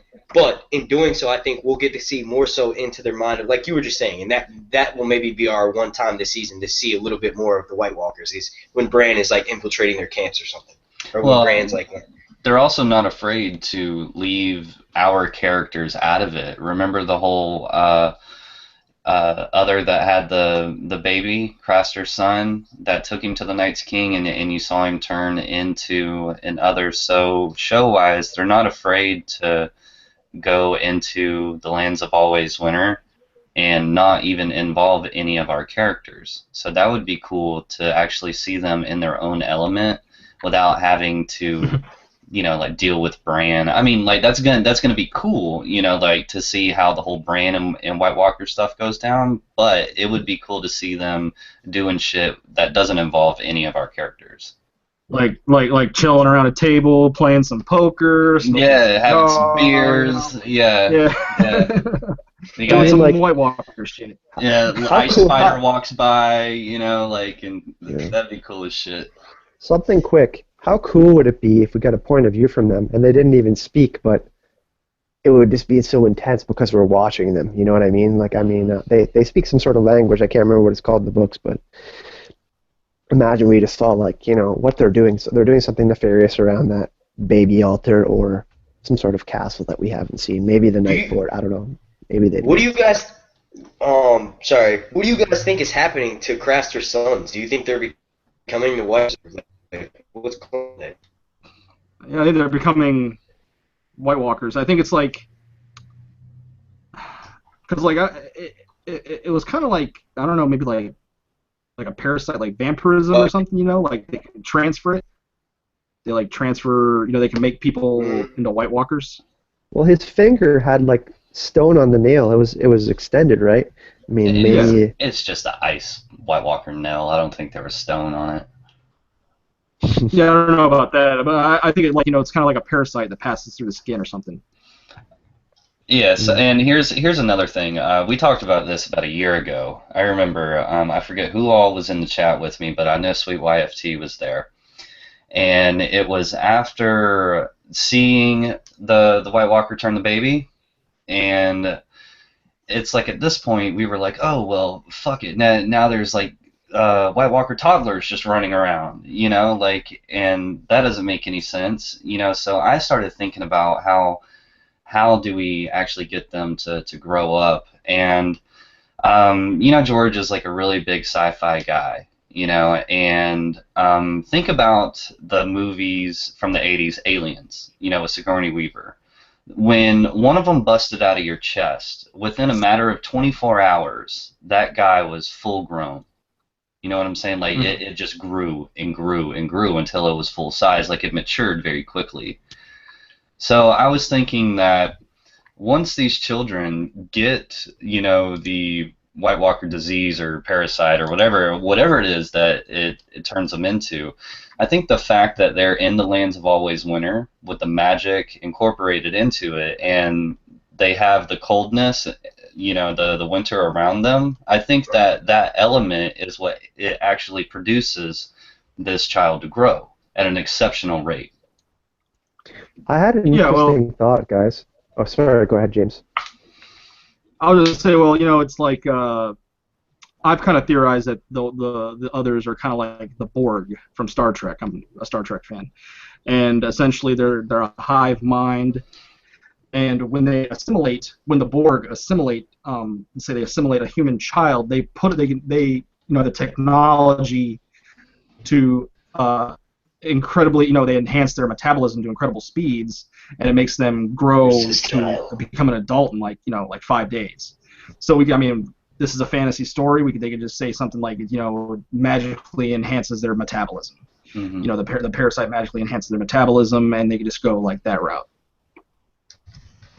I have one final thought here, guys, and then I got to head out. But what would be really cool is, we all saw the Night King watching Jon, right? Mm-hmm. What if through his eyes he could see Jon, and Jon was like warmer because of his Valyrian blood? Let's say he is Targaryen, and through the Night King's eyes, he's almost like not glowing, but you know what I mean. He sort can of tell like that he has Valyrian blood. Yeah, like a reptilian, like heat vision. Yeah.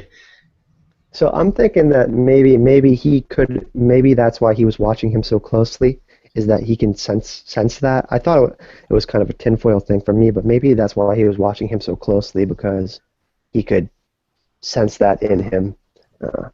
But yeah, guys, thanks for having me again, man. It's been really fun chatting. Game of Thrones is like, I could go on forever, but I talk too loud. So. Hey, Kyle, real quick before you go, I think that maybe he noticed him because he killed a White Walker. You know what I mean? Like, I think that's when he was like, oh shit, okay. One of my homeboys just died. You know what I mean? I don't know though. I don't know. But yeah, real quick, do you want to tell everybody what your channel is so we can all keep an eye out for it? Make sure we go sub. Well, I really don't have one right now. I have an older one where I have a bunch of music that I've written on there, but I'm actually gonna make one with a funky name. I'm thinking I'm gonna go with Three Chickens or something like that. I don't know. It's gonna be something really funky to do with the Hound. The Three Chickens. All right, so I'll keep everybody posted. I'm sure we're gonna do a video soon. But yeah. But thank you everybody for watching, and thank you guys for having me again. And I'm sure next time when you guys want to do one, just hit me up and I'll join. Peace out, guys. See you, Kyle. All right, man. See you. Thank you for joining us. Three Chickens. That would be fucking hilarious. Like, hey everybody, Three Chickens back again. Yeah. What do you guys think about the theory that holy shit, I just forgot about it real quick. James, do you want to or Don, do you want to talk about something real quick? I'm gonna regather my thoughts. No. What if we take a question or two from the audience? Oh yeah. That's always fun. So everybody get creative, and nothing too outlandish, like just something that we could actually talk about. Yeah, please. I did see one from earlier, and it wasn't really a question. It was more like a state. Okay, so they said it's from Chicken to Jail, and they said, can newborns only be White Walkers while grown humans turn into whites? Like basically what I was saying, like how that's how they make the actual White Walkers, like the guys that you see walking around with the ice weapons and shit. Mm-hmm. Maybe that's how they make them, is from Craster's newborns or just other newborns, or do you think it's just whoever they choose? Or? Well, I think the undead is only if you actually die. Now, to get them to turn it into the White Walkers, I think that they would literally just like the Night's King did with the baby. He would have to get his hands on him. Mm-hmm. Well, I actually, there's I was going to say, I actually think, like, they possibly could, because, like I said, I think it's kind of like a parasitic type of relationship. They can, like, infect you and turn you into a White Walker. But I think maybe that there's something to be said, like, a newborn doesn't have thoughts. They haven't had a pre-existing life. They have no memories. Maybe it's just easier for them to assimilate, like, blank slates. You know what I'm saying? As maybe there'd be some complications if they tried to assimilate a full-grown adult with a lifetime of experience and memories. So yeah, that's similar to the Jedi hypothetical mind thought. trick, not working on someone who's strong-minded. Yeah. I'm a huge Star Trek fan. Deep Space Nine. I love Deep Space Nine, man. To me, that's, in my opinion, it's the greatest television show ever. Deep Space Nine. Well, I think Game of Thrones is, but I don't know. There was a question that said, who do we think Peter's gift to Olenna is? Do you think it was Lancel? I personally think it was Gendry, because Lancel would have told on Cersei anyway, but what do you guys think? I think it's going to be Gendry, and I think he's going to show up during the trial and tell them that Cersei ordered the Baratheon bastards killed. Mm-hmm. I can buy that. I buy into that. That's good. Because obviously he hasn't been rowing for 3 seasons now. Man, he's like past the shy at this point. He'd be buff as shit, man. Yeah. He just shows up like He shows up like the size of the mountain. He's like, oh, I'm finally back.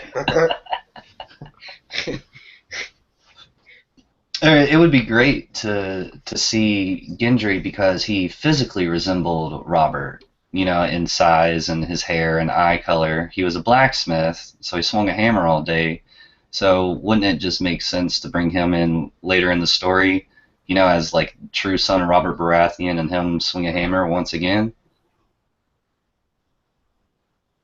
Mm-hmm. That'd be nice.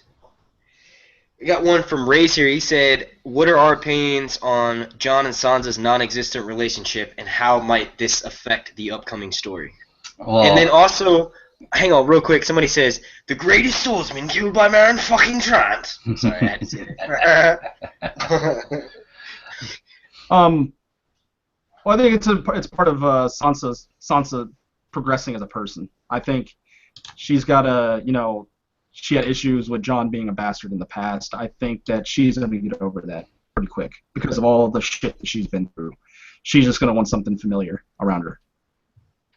Yeah, and I think with all the bullshit that everybody's been through, I think they would put all their previous shit aside, and would be like, hey, brother, hey, sister, like, we need to take care of each other. Yeah. And yeah, Ian Renfro, that was like one of my favorite quotes from the show. What the fuck is a lami? What the fuck's salami? Yeah. Fucking Sandor, man. Yeah, sorry. Show Sandor, man.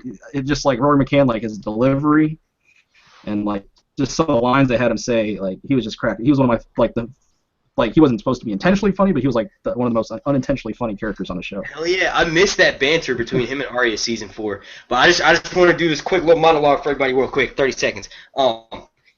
If one more word comes pouring out your cunt mouth, I'm gonna eat every fucking chicken in this place. Only cunts name their swords. That was kind of bad. Usually I practice it for a few times before I do it for the videos, but yeah. Good job. Do we think the end? Do you think in the end, Arya and Jon, if they're ever reunited, will it be a happy reunion or not so much? I don't see how Arya and Jon would want to like try and kill one another. I don't see that, and we see they have a special relationship, and even if you go way back to that first rough draft that George R.R. Martin did, Jon and Arya were supposed to have like a love relationship, like they, like brother and sister, kind of like Jaime and Cersei relationship, but it got changed in the later stories. So I really just can't see it going down that way. Yeah, I mean, I don't like I don't know, I don't see how it wouldn't be. I don't see how it could be a bad reunion or whatever. I just feel like that it would be good. I have much to add to that.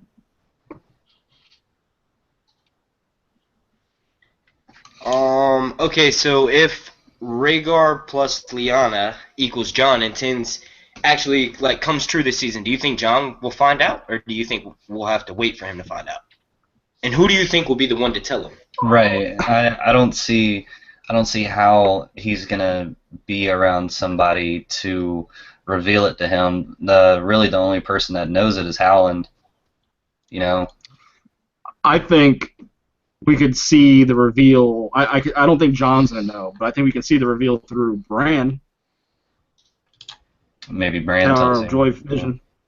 Yeah, for sure. No, I definitely think that's how we're going to see it on the show. I just think that it would, like, what if, okay, so we know Baelish is going to show up if you go by that extra that was fighting for the Bolton troops. We know that Baelish is going to show up last second with troops from the Vale to help rescue Jon. Do you think that since Baelish gave us that smirk inside the crypts of Winterfell, do you think he's going to be the one to tell Jon? And Jon obviously is not going to take it with the grain of salt because it's coming from this motherfucker. You know what I mean? Possible. If Littlefinger actually knows the truth. Yeah, I mean, we don't know if Littlefinger knows all the details, but maybe. I don't know. That's a good question. Well, I mean, yeah, I feel like somebody like I actually. Good. I just feel like it would be a little anticlimactic if it was Littlefinger to be the one to reveal the biggest mystery of Game of Thrones. You know, that is my opinion. Yeah. Well, I mean, yeah, I could totally see that. Yeah. What else we got? Benjen Stark. And Benjen Stark, it's that scene of that person on the horse protecting Mira. It's either Benjen or it's Cold Hands, or Benjen turned into a kind of like Cold Hands character. What are you talking about, bro? Yeah, I did it. Yeah, I did a video on that. I think that it would also be interesting if what if it's Bran Stark? What if it's Bran? Like, okay, he's been.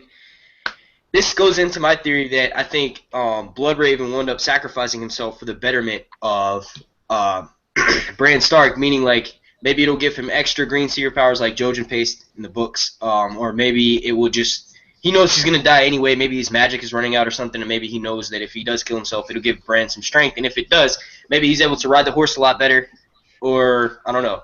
Somebody actually told me that they think that that's Jon Snow. I don't think so. I don't think that for sure.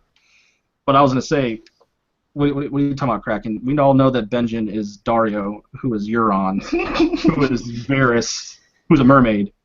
Right. Correct. But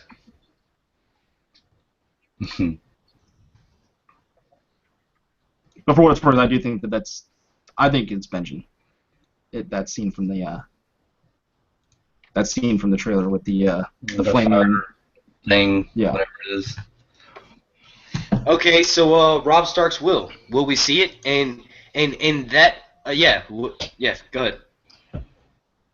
I don't think it was ever brought up in the show. Yeah, the will is non-existent in the show. Oh, there was when okay, so don't quote me literally, but in season 3 there's a scene where they're sitting like Robb's having his war council, and it's one of the last meetings they have before the Red Wedding, and he's like, you know what? Never mind. Say that and get taken literally for it. I'm not exactly sure. Let me not. Yeah. If anybody, I don't know, maybe. If anybody in the comments remembers the will getting brought up in the show, let us know.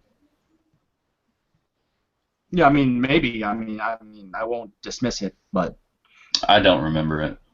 Yeah, I just don't remember them making I feel like if it was going to be a major deal in the future, that they would have like brought it, like Kat would have came in and or John been working on the will or something. Kat would have came in and they would have like a big conversation and and a fight over it. You know what I'm saying? Like if it was gonna pay off somehow.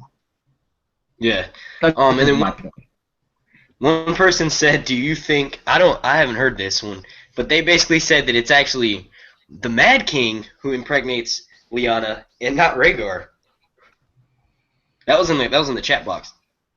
Yeah, yeah. I've never heard that. I've never heard of that either. I have. DJ, this guy, his name is DJ11. He made a video about it, about the Mad King instead of Rhaegar. Yeah. How would that even get pulled off? Like, how do you do that? Like, I don't understand that. Does he show up at the tower? At Harrenhal. Everybody was at Harrenhal. Yeah, 20 Harrenhal. Yeah, where the blue roses and all that shit, the crown roses. I don't see that fitting in there though. I know that Rhaegar. I know there's a theory that I like that Rhaegar was secretly having a council. He planned to have a council meeting that was going to overthrow his father. You guys heard that theory? Yep. Yeah. No, I mean he told his guardsmen that things were going to change as soon as the war was over, which I guess insinuates that he was going to overthrow his father.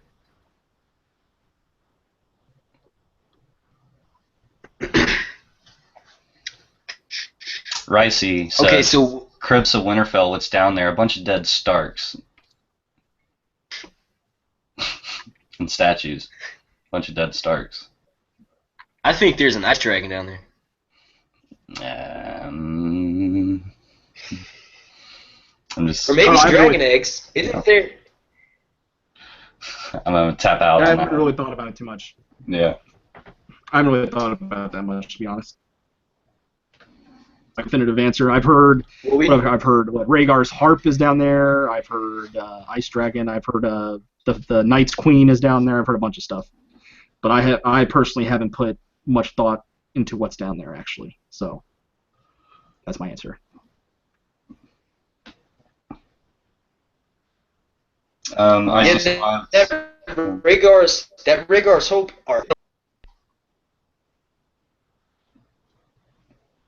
Did we lose you again? Me? Yeah. You kind I'm still here. blanked out. Oh yeah, you faded out there for a second. Oh, did you guys hear me about Rhaegar Lyanna being buried with Rhaegar's harp? Mm-hmm. Yeah, that's why. Yeah, I mean that's why I've heard that Rhaegar's harp could be down there, and that's kind of like, maybe Jon figures out something out of that. I don't know. I definitely don't think they showed the Crypts of Winterfell last season randomly, and they don't plan on showing them again, because they even had that feather that Robert placed way back in season 1 in the statue of Lyanna's hand. Like, that feather was still there. They showed that significance for a reason. Yeah, I mean, I think in episode 10, after they've won, I think that Jon's gonna go down there. Maybe Jon and Sansa both go down there. I don't know. Kyle asks, favorite scene in the series for each of you. Mine was probably the whole Watchers on the Wall episode. That was just mind blowing to me. Season 4.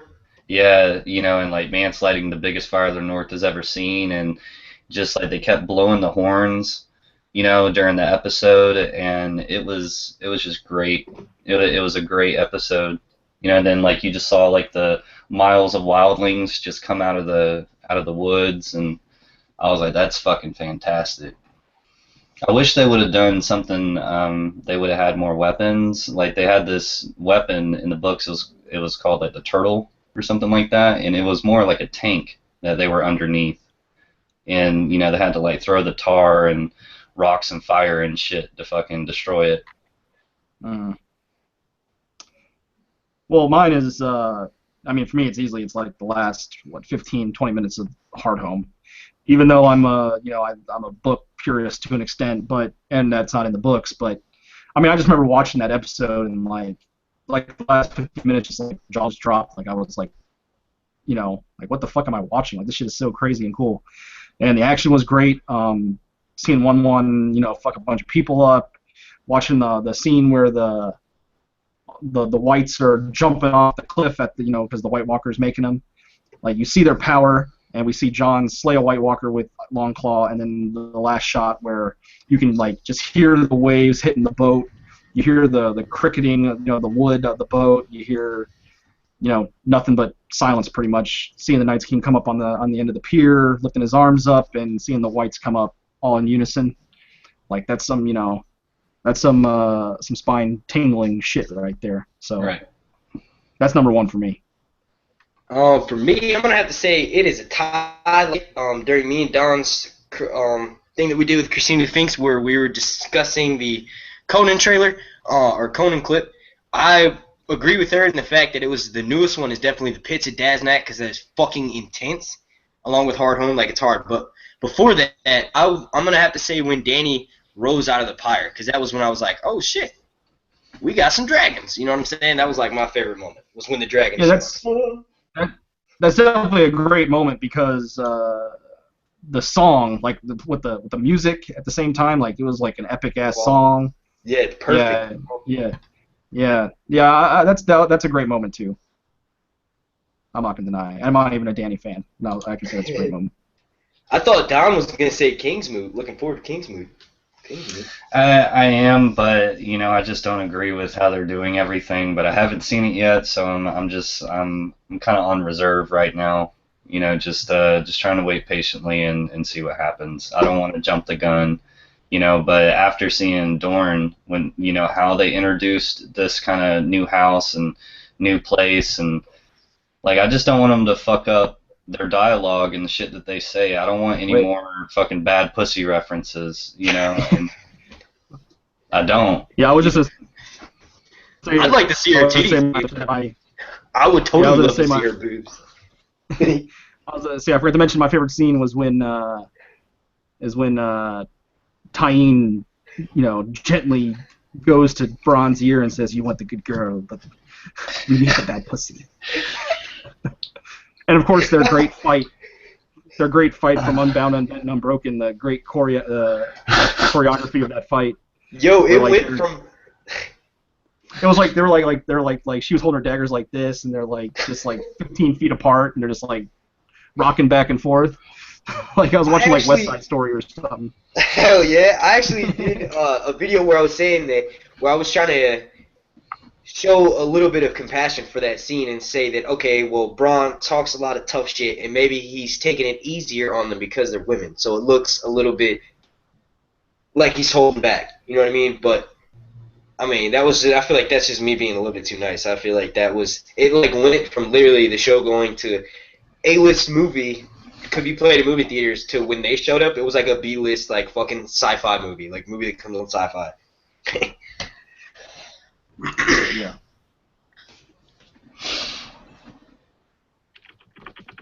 What if R plus L equals J is wrong? Then he's a Dane. Then he's Then it's wrong, but A Dane. Then it's wrong, but I think narratively, to me, it makes the most sense for it to happen. I know people, I've been seeing a lot of things lately that, people are trying to, discount it, but I think it is what it is. I think narratively it makes sense. All right, so Kyle Foster wants to take a vote for his name. The Three Northern Chickens, Bad Pussy 705, or Dagmer's Dagger in the Dark. Yo, I think you should put a new one up there, Kyle, right now. Put up fucking Legend.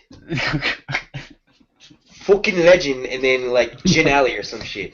Yeah, I go with that. Fucking Legend, Foken. Yo, check it out. He's like this. He's like, hang on, here we go. He's like, I'm drinking. Hang on. Let me get a character. What's his name again? Carl Tanner. Okay, Carl fucking Tanner drinking wine out of the skull of Gerard fucking Mormont. Any man, anytime, any man. I was a fucking legend, yeah. And then he's go outside and feed the beast. Like, yeah. I don't know. I had that shit that was definitely an interesting character. Like they definitely went off the rails a little bit with the whole Craster, the whole Craster's Keep situation, but at least we got Carl Tanner. I mean, he was pretty fucking cool, even though it was crazy as shit. Hell yeah. But yeah, so those of you that are watching, we're gonna be ending this discussion at about 10:30. So if there are any questions or anything that you guys want to say, any shout outs you want to give, a shout out to my mom. Hi, mom. I'm just kidding. I'm just kidding. But yeah, did you guys have anything that you wanted to say? No, I'm good, man. Thanks for having me. I can tell you that much. Oh well, yeah. I mean, thanks for coming, bro. Shit, it's nothing to me. Like I love doing these. These are fucking awesome. Okay, so Don, did you see what I added to the Google Doc? No, let me look at it. Okay, I was gonna say, yeah, check that out real quick and see if you think maybe we could talk a little bit about that now, or do you want to save that for part 2? We kind of touched a lot. Part 1, and we were kind of making our way down Westeros, I guess you could say. So if we did it in part 2, that would kind of be backtracking a little bit. So if you want to bring it up here now, we can. Okay. All right. Cool. All right. So basically, there is a theory that I got from Carmine, where he said that Carmine from Red Team Review, and he basically said that he thinks that Ramsay is the one who sent, if you want to call it, the show's version of the pink letter to Alistair Thorne in, let's say, about 2 days goes by after Sansa goes missing, and that's when Ramsay sends out that letter. I don't think that 2 days goes by because that doesn't make sense in the show's timeline. But basically, he's saying that Ramsay is the one who indirectly caused Jon Snow to get stabbed in the show.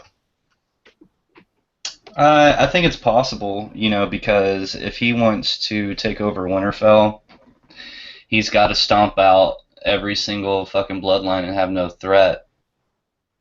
And Jon could possibly be a big threat to Ramsay taking Winterfell. So I think it's very possible, and then, of course, we do have the pink letter in the book, so like you said, this may just be a kind of, offshoot of the pink letter. And Kyle just asked, or James, sorry, did you have any thoughts on that? Not particularly. I don't know what to think of the pink letter because I've kind of always believed that either Stannis or Mel wrote it, but that's theory is getting kind of put in, questions. So I don't know. I haven't really thought about it too much since the end of the season. Oh yeah. Side note: I heard that there's a theory that it was actually Mance Rayder that wrote the note, but I don't see how. Yeah, I've heard that too. I think Tony kind of debunked that. He called him like, how did Mance get up there and get all that? He called him like Spider Mance. Like going up the side of the tower and whatnot, and like getting the proper wax and the proper ink and the seal and all of that. I think it was a little bit too involved for it to be Mance, and just kind of the wording in it and whatnot. So I don't know. I'm kind of partial to the pink letter. I never really thought much about it. Okay, and then we have a question from 2 people. I'm going to get to Mistress's question in a second because she needs to repost it. But Kyle asks, do we think that Bran Stark is going to interact with Ned Stark in the past? Well, he has in the book, so I don't see why not. But it's been subtly, It's not like, I don't think it's going to be kind of like a face-to-face kind of deal, like, what I'm saying? I think it's more of like subtle hints. Yeah. I think we got a better shot of him maybe talking with Theon, live action, like in the current story and not in the past. Yeah. Anything else? What was Mistress's question? She had a question about there always being a Stark in Winterfell, but she hasn't reposted it yet. And everybody in the chat started talking about the hot springs in Winterfell. I think our watchers have some ADD a little bit. Like, I don't know what the fuck. They're all scatterbrained.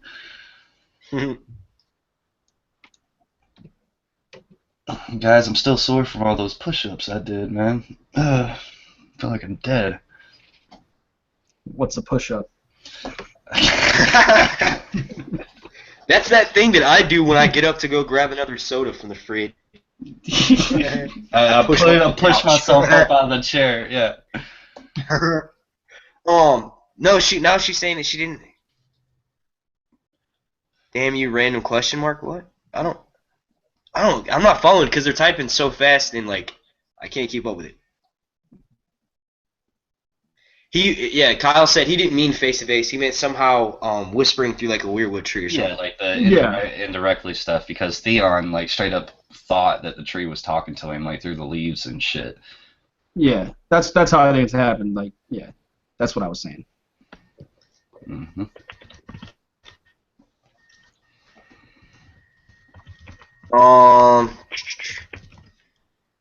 So, did you guys both give your thoughts on the theory that Ramsay is the one that got Jon Snow stabbed? I did. I just said it's possible. And I said I never really thought about it because I always thought that it was either Stannis or Mel that wrote the pink letter to. Well, I don't want to go into why that might matter, but yeah, I haven't really put much thought into it. Okay, so here's her question. She says, "Why is it that we always hear there must be a Stark in Winterfell, and why do you think that people say that?" I think it's because there's their ancestral home. I mean, the North's not going to listen to anybody but a Stark. Yeah, I mean, I've heard some different theories about I've heard some crazy, I don't want to say crazy things, but I've heard things like they're bound by oath, and that's the reason why the White Walkers started invading, because there was no Starks in Winterfell anymore. Like, there was an oath at the God's Eye that was made, or like a pact. Have you heard that before? Mm-hmm. Yeah. Like, there was like a pact at the God's Eye that was made where there always had to be a Stark in Winterfell, and then I don't know, there wasn't any more. Stark at the Wall. Yeah, I don't know. I haven't really thought about it too much, but it could either be like a physical thing, or it could just be like an anecdotal kind of thing, because we see what kind of discord the North is in when there isn't a Stark in Winterfell.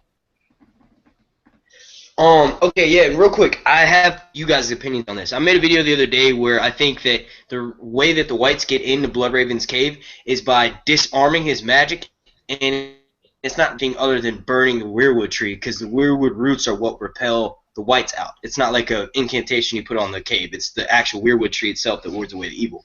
So, do you guys think that that's how they get in there? They just straight up burn the fucking tree or something, or? That would be interesting. That would be really interesting.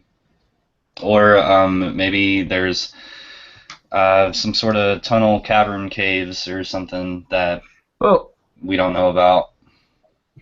Could it? Because I know there's been talk about this, but we see a scene where Bran, is kind of like warged into the Lands of Oil's Winter. You don't think that scene where the Night's King is in the weirwood tree could be possibly a vision of him in there? Like the same reverse situation with Bran at the Land of Oil's Winter, the Night's King warged into the weirwood tree, like showing up not physically, but I haven't really looked into it too much, so.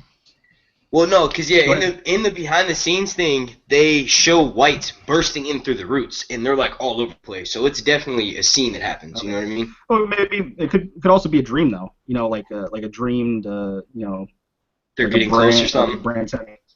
Yeah, like they're trying to spook Bran or something. You know what I'm saying? Until we actually see it, we can't say for sure. But it could be. It could definitely be. I don't know. We'll have to just wait and see. This is true. Or it kind of, what if it engages Bran to start trying to make a difference? It's kind of like how I'm gonna catch hell for this one, but it's kind of like how Flash goes back in time to warn Batman and the other Justice League members because of the impending doom. Yeah. Yeah. My bad, everybody. But you see what I'm saying? He does get this vision, so it engages him to start doing different things so that shit doesn't happen. You know, like we could have this epic scene of them busting in, kicking ass, setting shit on fire, killing people. Maybe in Bran's dream they even kill him. You know, and he just like wakes up and he's like, we gotta go, we gotta do something. Yeah, I just know that anything involving Bran, we can't say for sure is like physically happening because Right. he's had a lot of dreams, he's had a lot of visions. I mean, I just like, to me, it's like until I actually see what happens on the screen, I can't make any inferences when it comes to Bran's storyline. He's always eating mushrooms too, so we got that. Yeah, no, he's just tripping balls off, son. He thinks he sees the Night's King. Yeah. It's really fucking Mira. Like, Yeah. are you okay? You guys think Hodor's gonna bite the dust this season? I totally see Hodor dying. Yeah, we talked about that last night. Yeah, I was like, you know, impossible if this attack, you know, on the Weirwood Throne or wherever the hell, you know, wherever you want to call that, you know, Bran is going to warg and Hodor and try to fight off as much as he can, but they're just going to kill him. And we made a wager because I don't think that that's physical. Like I just said, I don't think that that's them physically getting in there. I think it's a vision or a nightmare or something along those lines. Yeah, we So did me make and that Don- friendly. Yeah. We made a wager, so Bragging rights. yeah. I'm on Team Hodor lives. I'm on Team Hodor? Hodor dies. Yeah, I honestly think he's gonna die just for the fact that he was not seen filming as much. Now you could argue the fact that that's because most of his scenes were filmed indoors, just like John's. I just feel like he wasn't there for a reason. Like, I remember I followed him on Instagram, you know, and he stopped posting pictures, like saying he's in Belfast or whatever. It just so happens that they're filming. He stopped doing that halfway through filming season. So I don't know. I just don't. Well, I mean, it could just be like, you know, they're not in it very much. Like, I don't know how much exactly that, you know, how much they're going to be in it this season. I feel like they're gonna be in it a lot just because they were gone for a whole season. But I don't know. I feel like Bran, the major storyline is going to be in the North, like we were saying earlier. Yeah, I think there's going to be a lot of like Bloodraven and Bran one-on-one interaction. I think the others are just going to be like, you know, they could just have him off in the corner or something. I mean, but I don't know. We'll see. We'll see. I mean, he could die. He could. Yeah, no, I see that. I see that focusing more so on Bran and Bloodraven because they are the story. Max wants it out. He was just in fucking Star Wars. So he's a good actor. Yeah, he was. Yeah.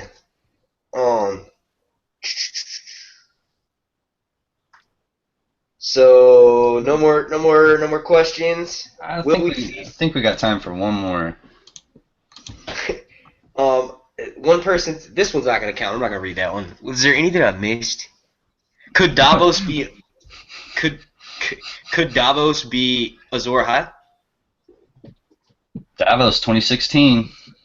He's actually really political too, yo. He retweets a lot of American politics shit. I'm like, dude, you don't even live here. I don't think it's possible. I don't know.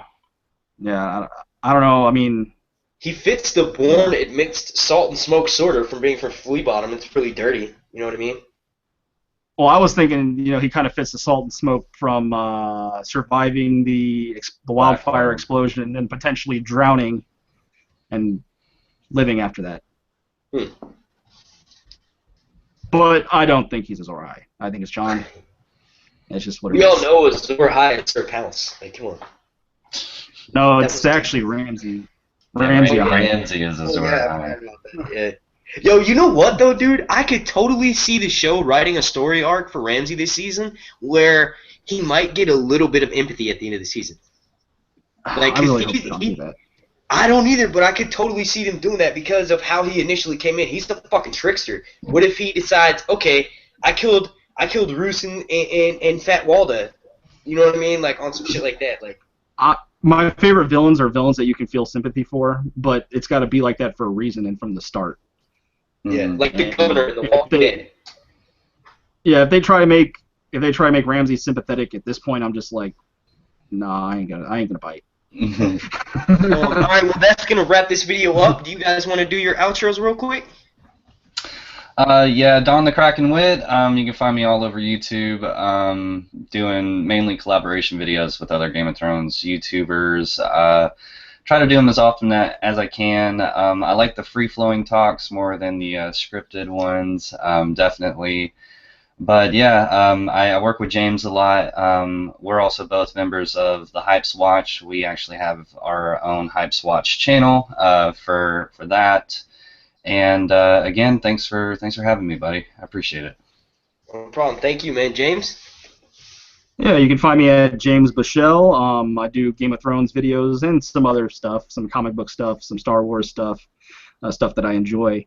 And also I do a live series as well called What's the Difference? And actually the two people that I did this with will be on my next one on April 22nd. So, yeah. Stay tuned for that. Come check us out. Yeah, April 22nd, 9 p.m. Eastern. Can you do it one time for us? Can you up some spicy meatball? That's a Did you see spicy meatball. I gave you, when I was telling everybody's names from the video we did last night, I was like, and James Bushell. I was like, James, it's a spicy meatball. Like, loud as shit. But yeah, I want to thank everybody for tuning in. I'm Sir Hunt. Well, sorry, this channel, Sir Hunt's Reviews. I'm Mark. I do want everybody to stay locked in their seats because tomorrow there will be a Brotherhood Without Banners meeting at 4 p.m. East Coast Standard Time. But other than that, if you guys already haven't done so, make sure you go to Don the Kraken Wit and James Bushell's channel. Go subscribe. Right now, if you don't, I'll cut your throats. I'm just kidding. I'm just kidding. That comment was meant for Ollie. That was meant for Ollie. But yeah, make sure you guys click like, subscribe, and share this video with your friends. This has been Sir Hunt's Reviews.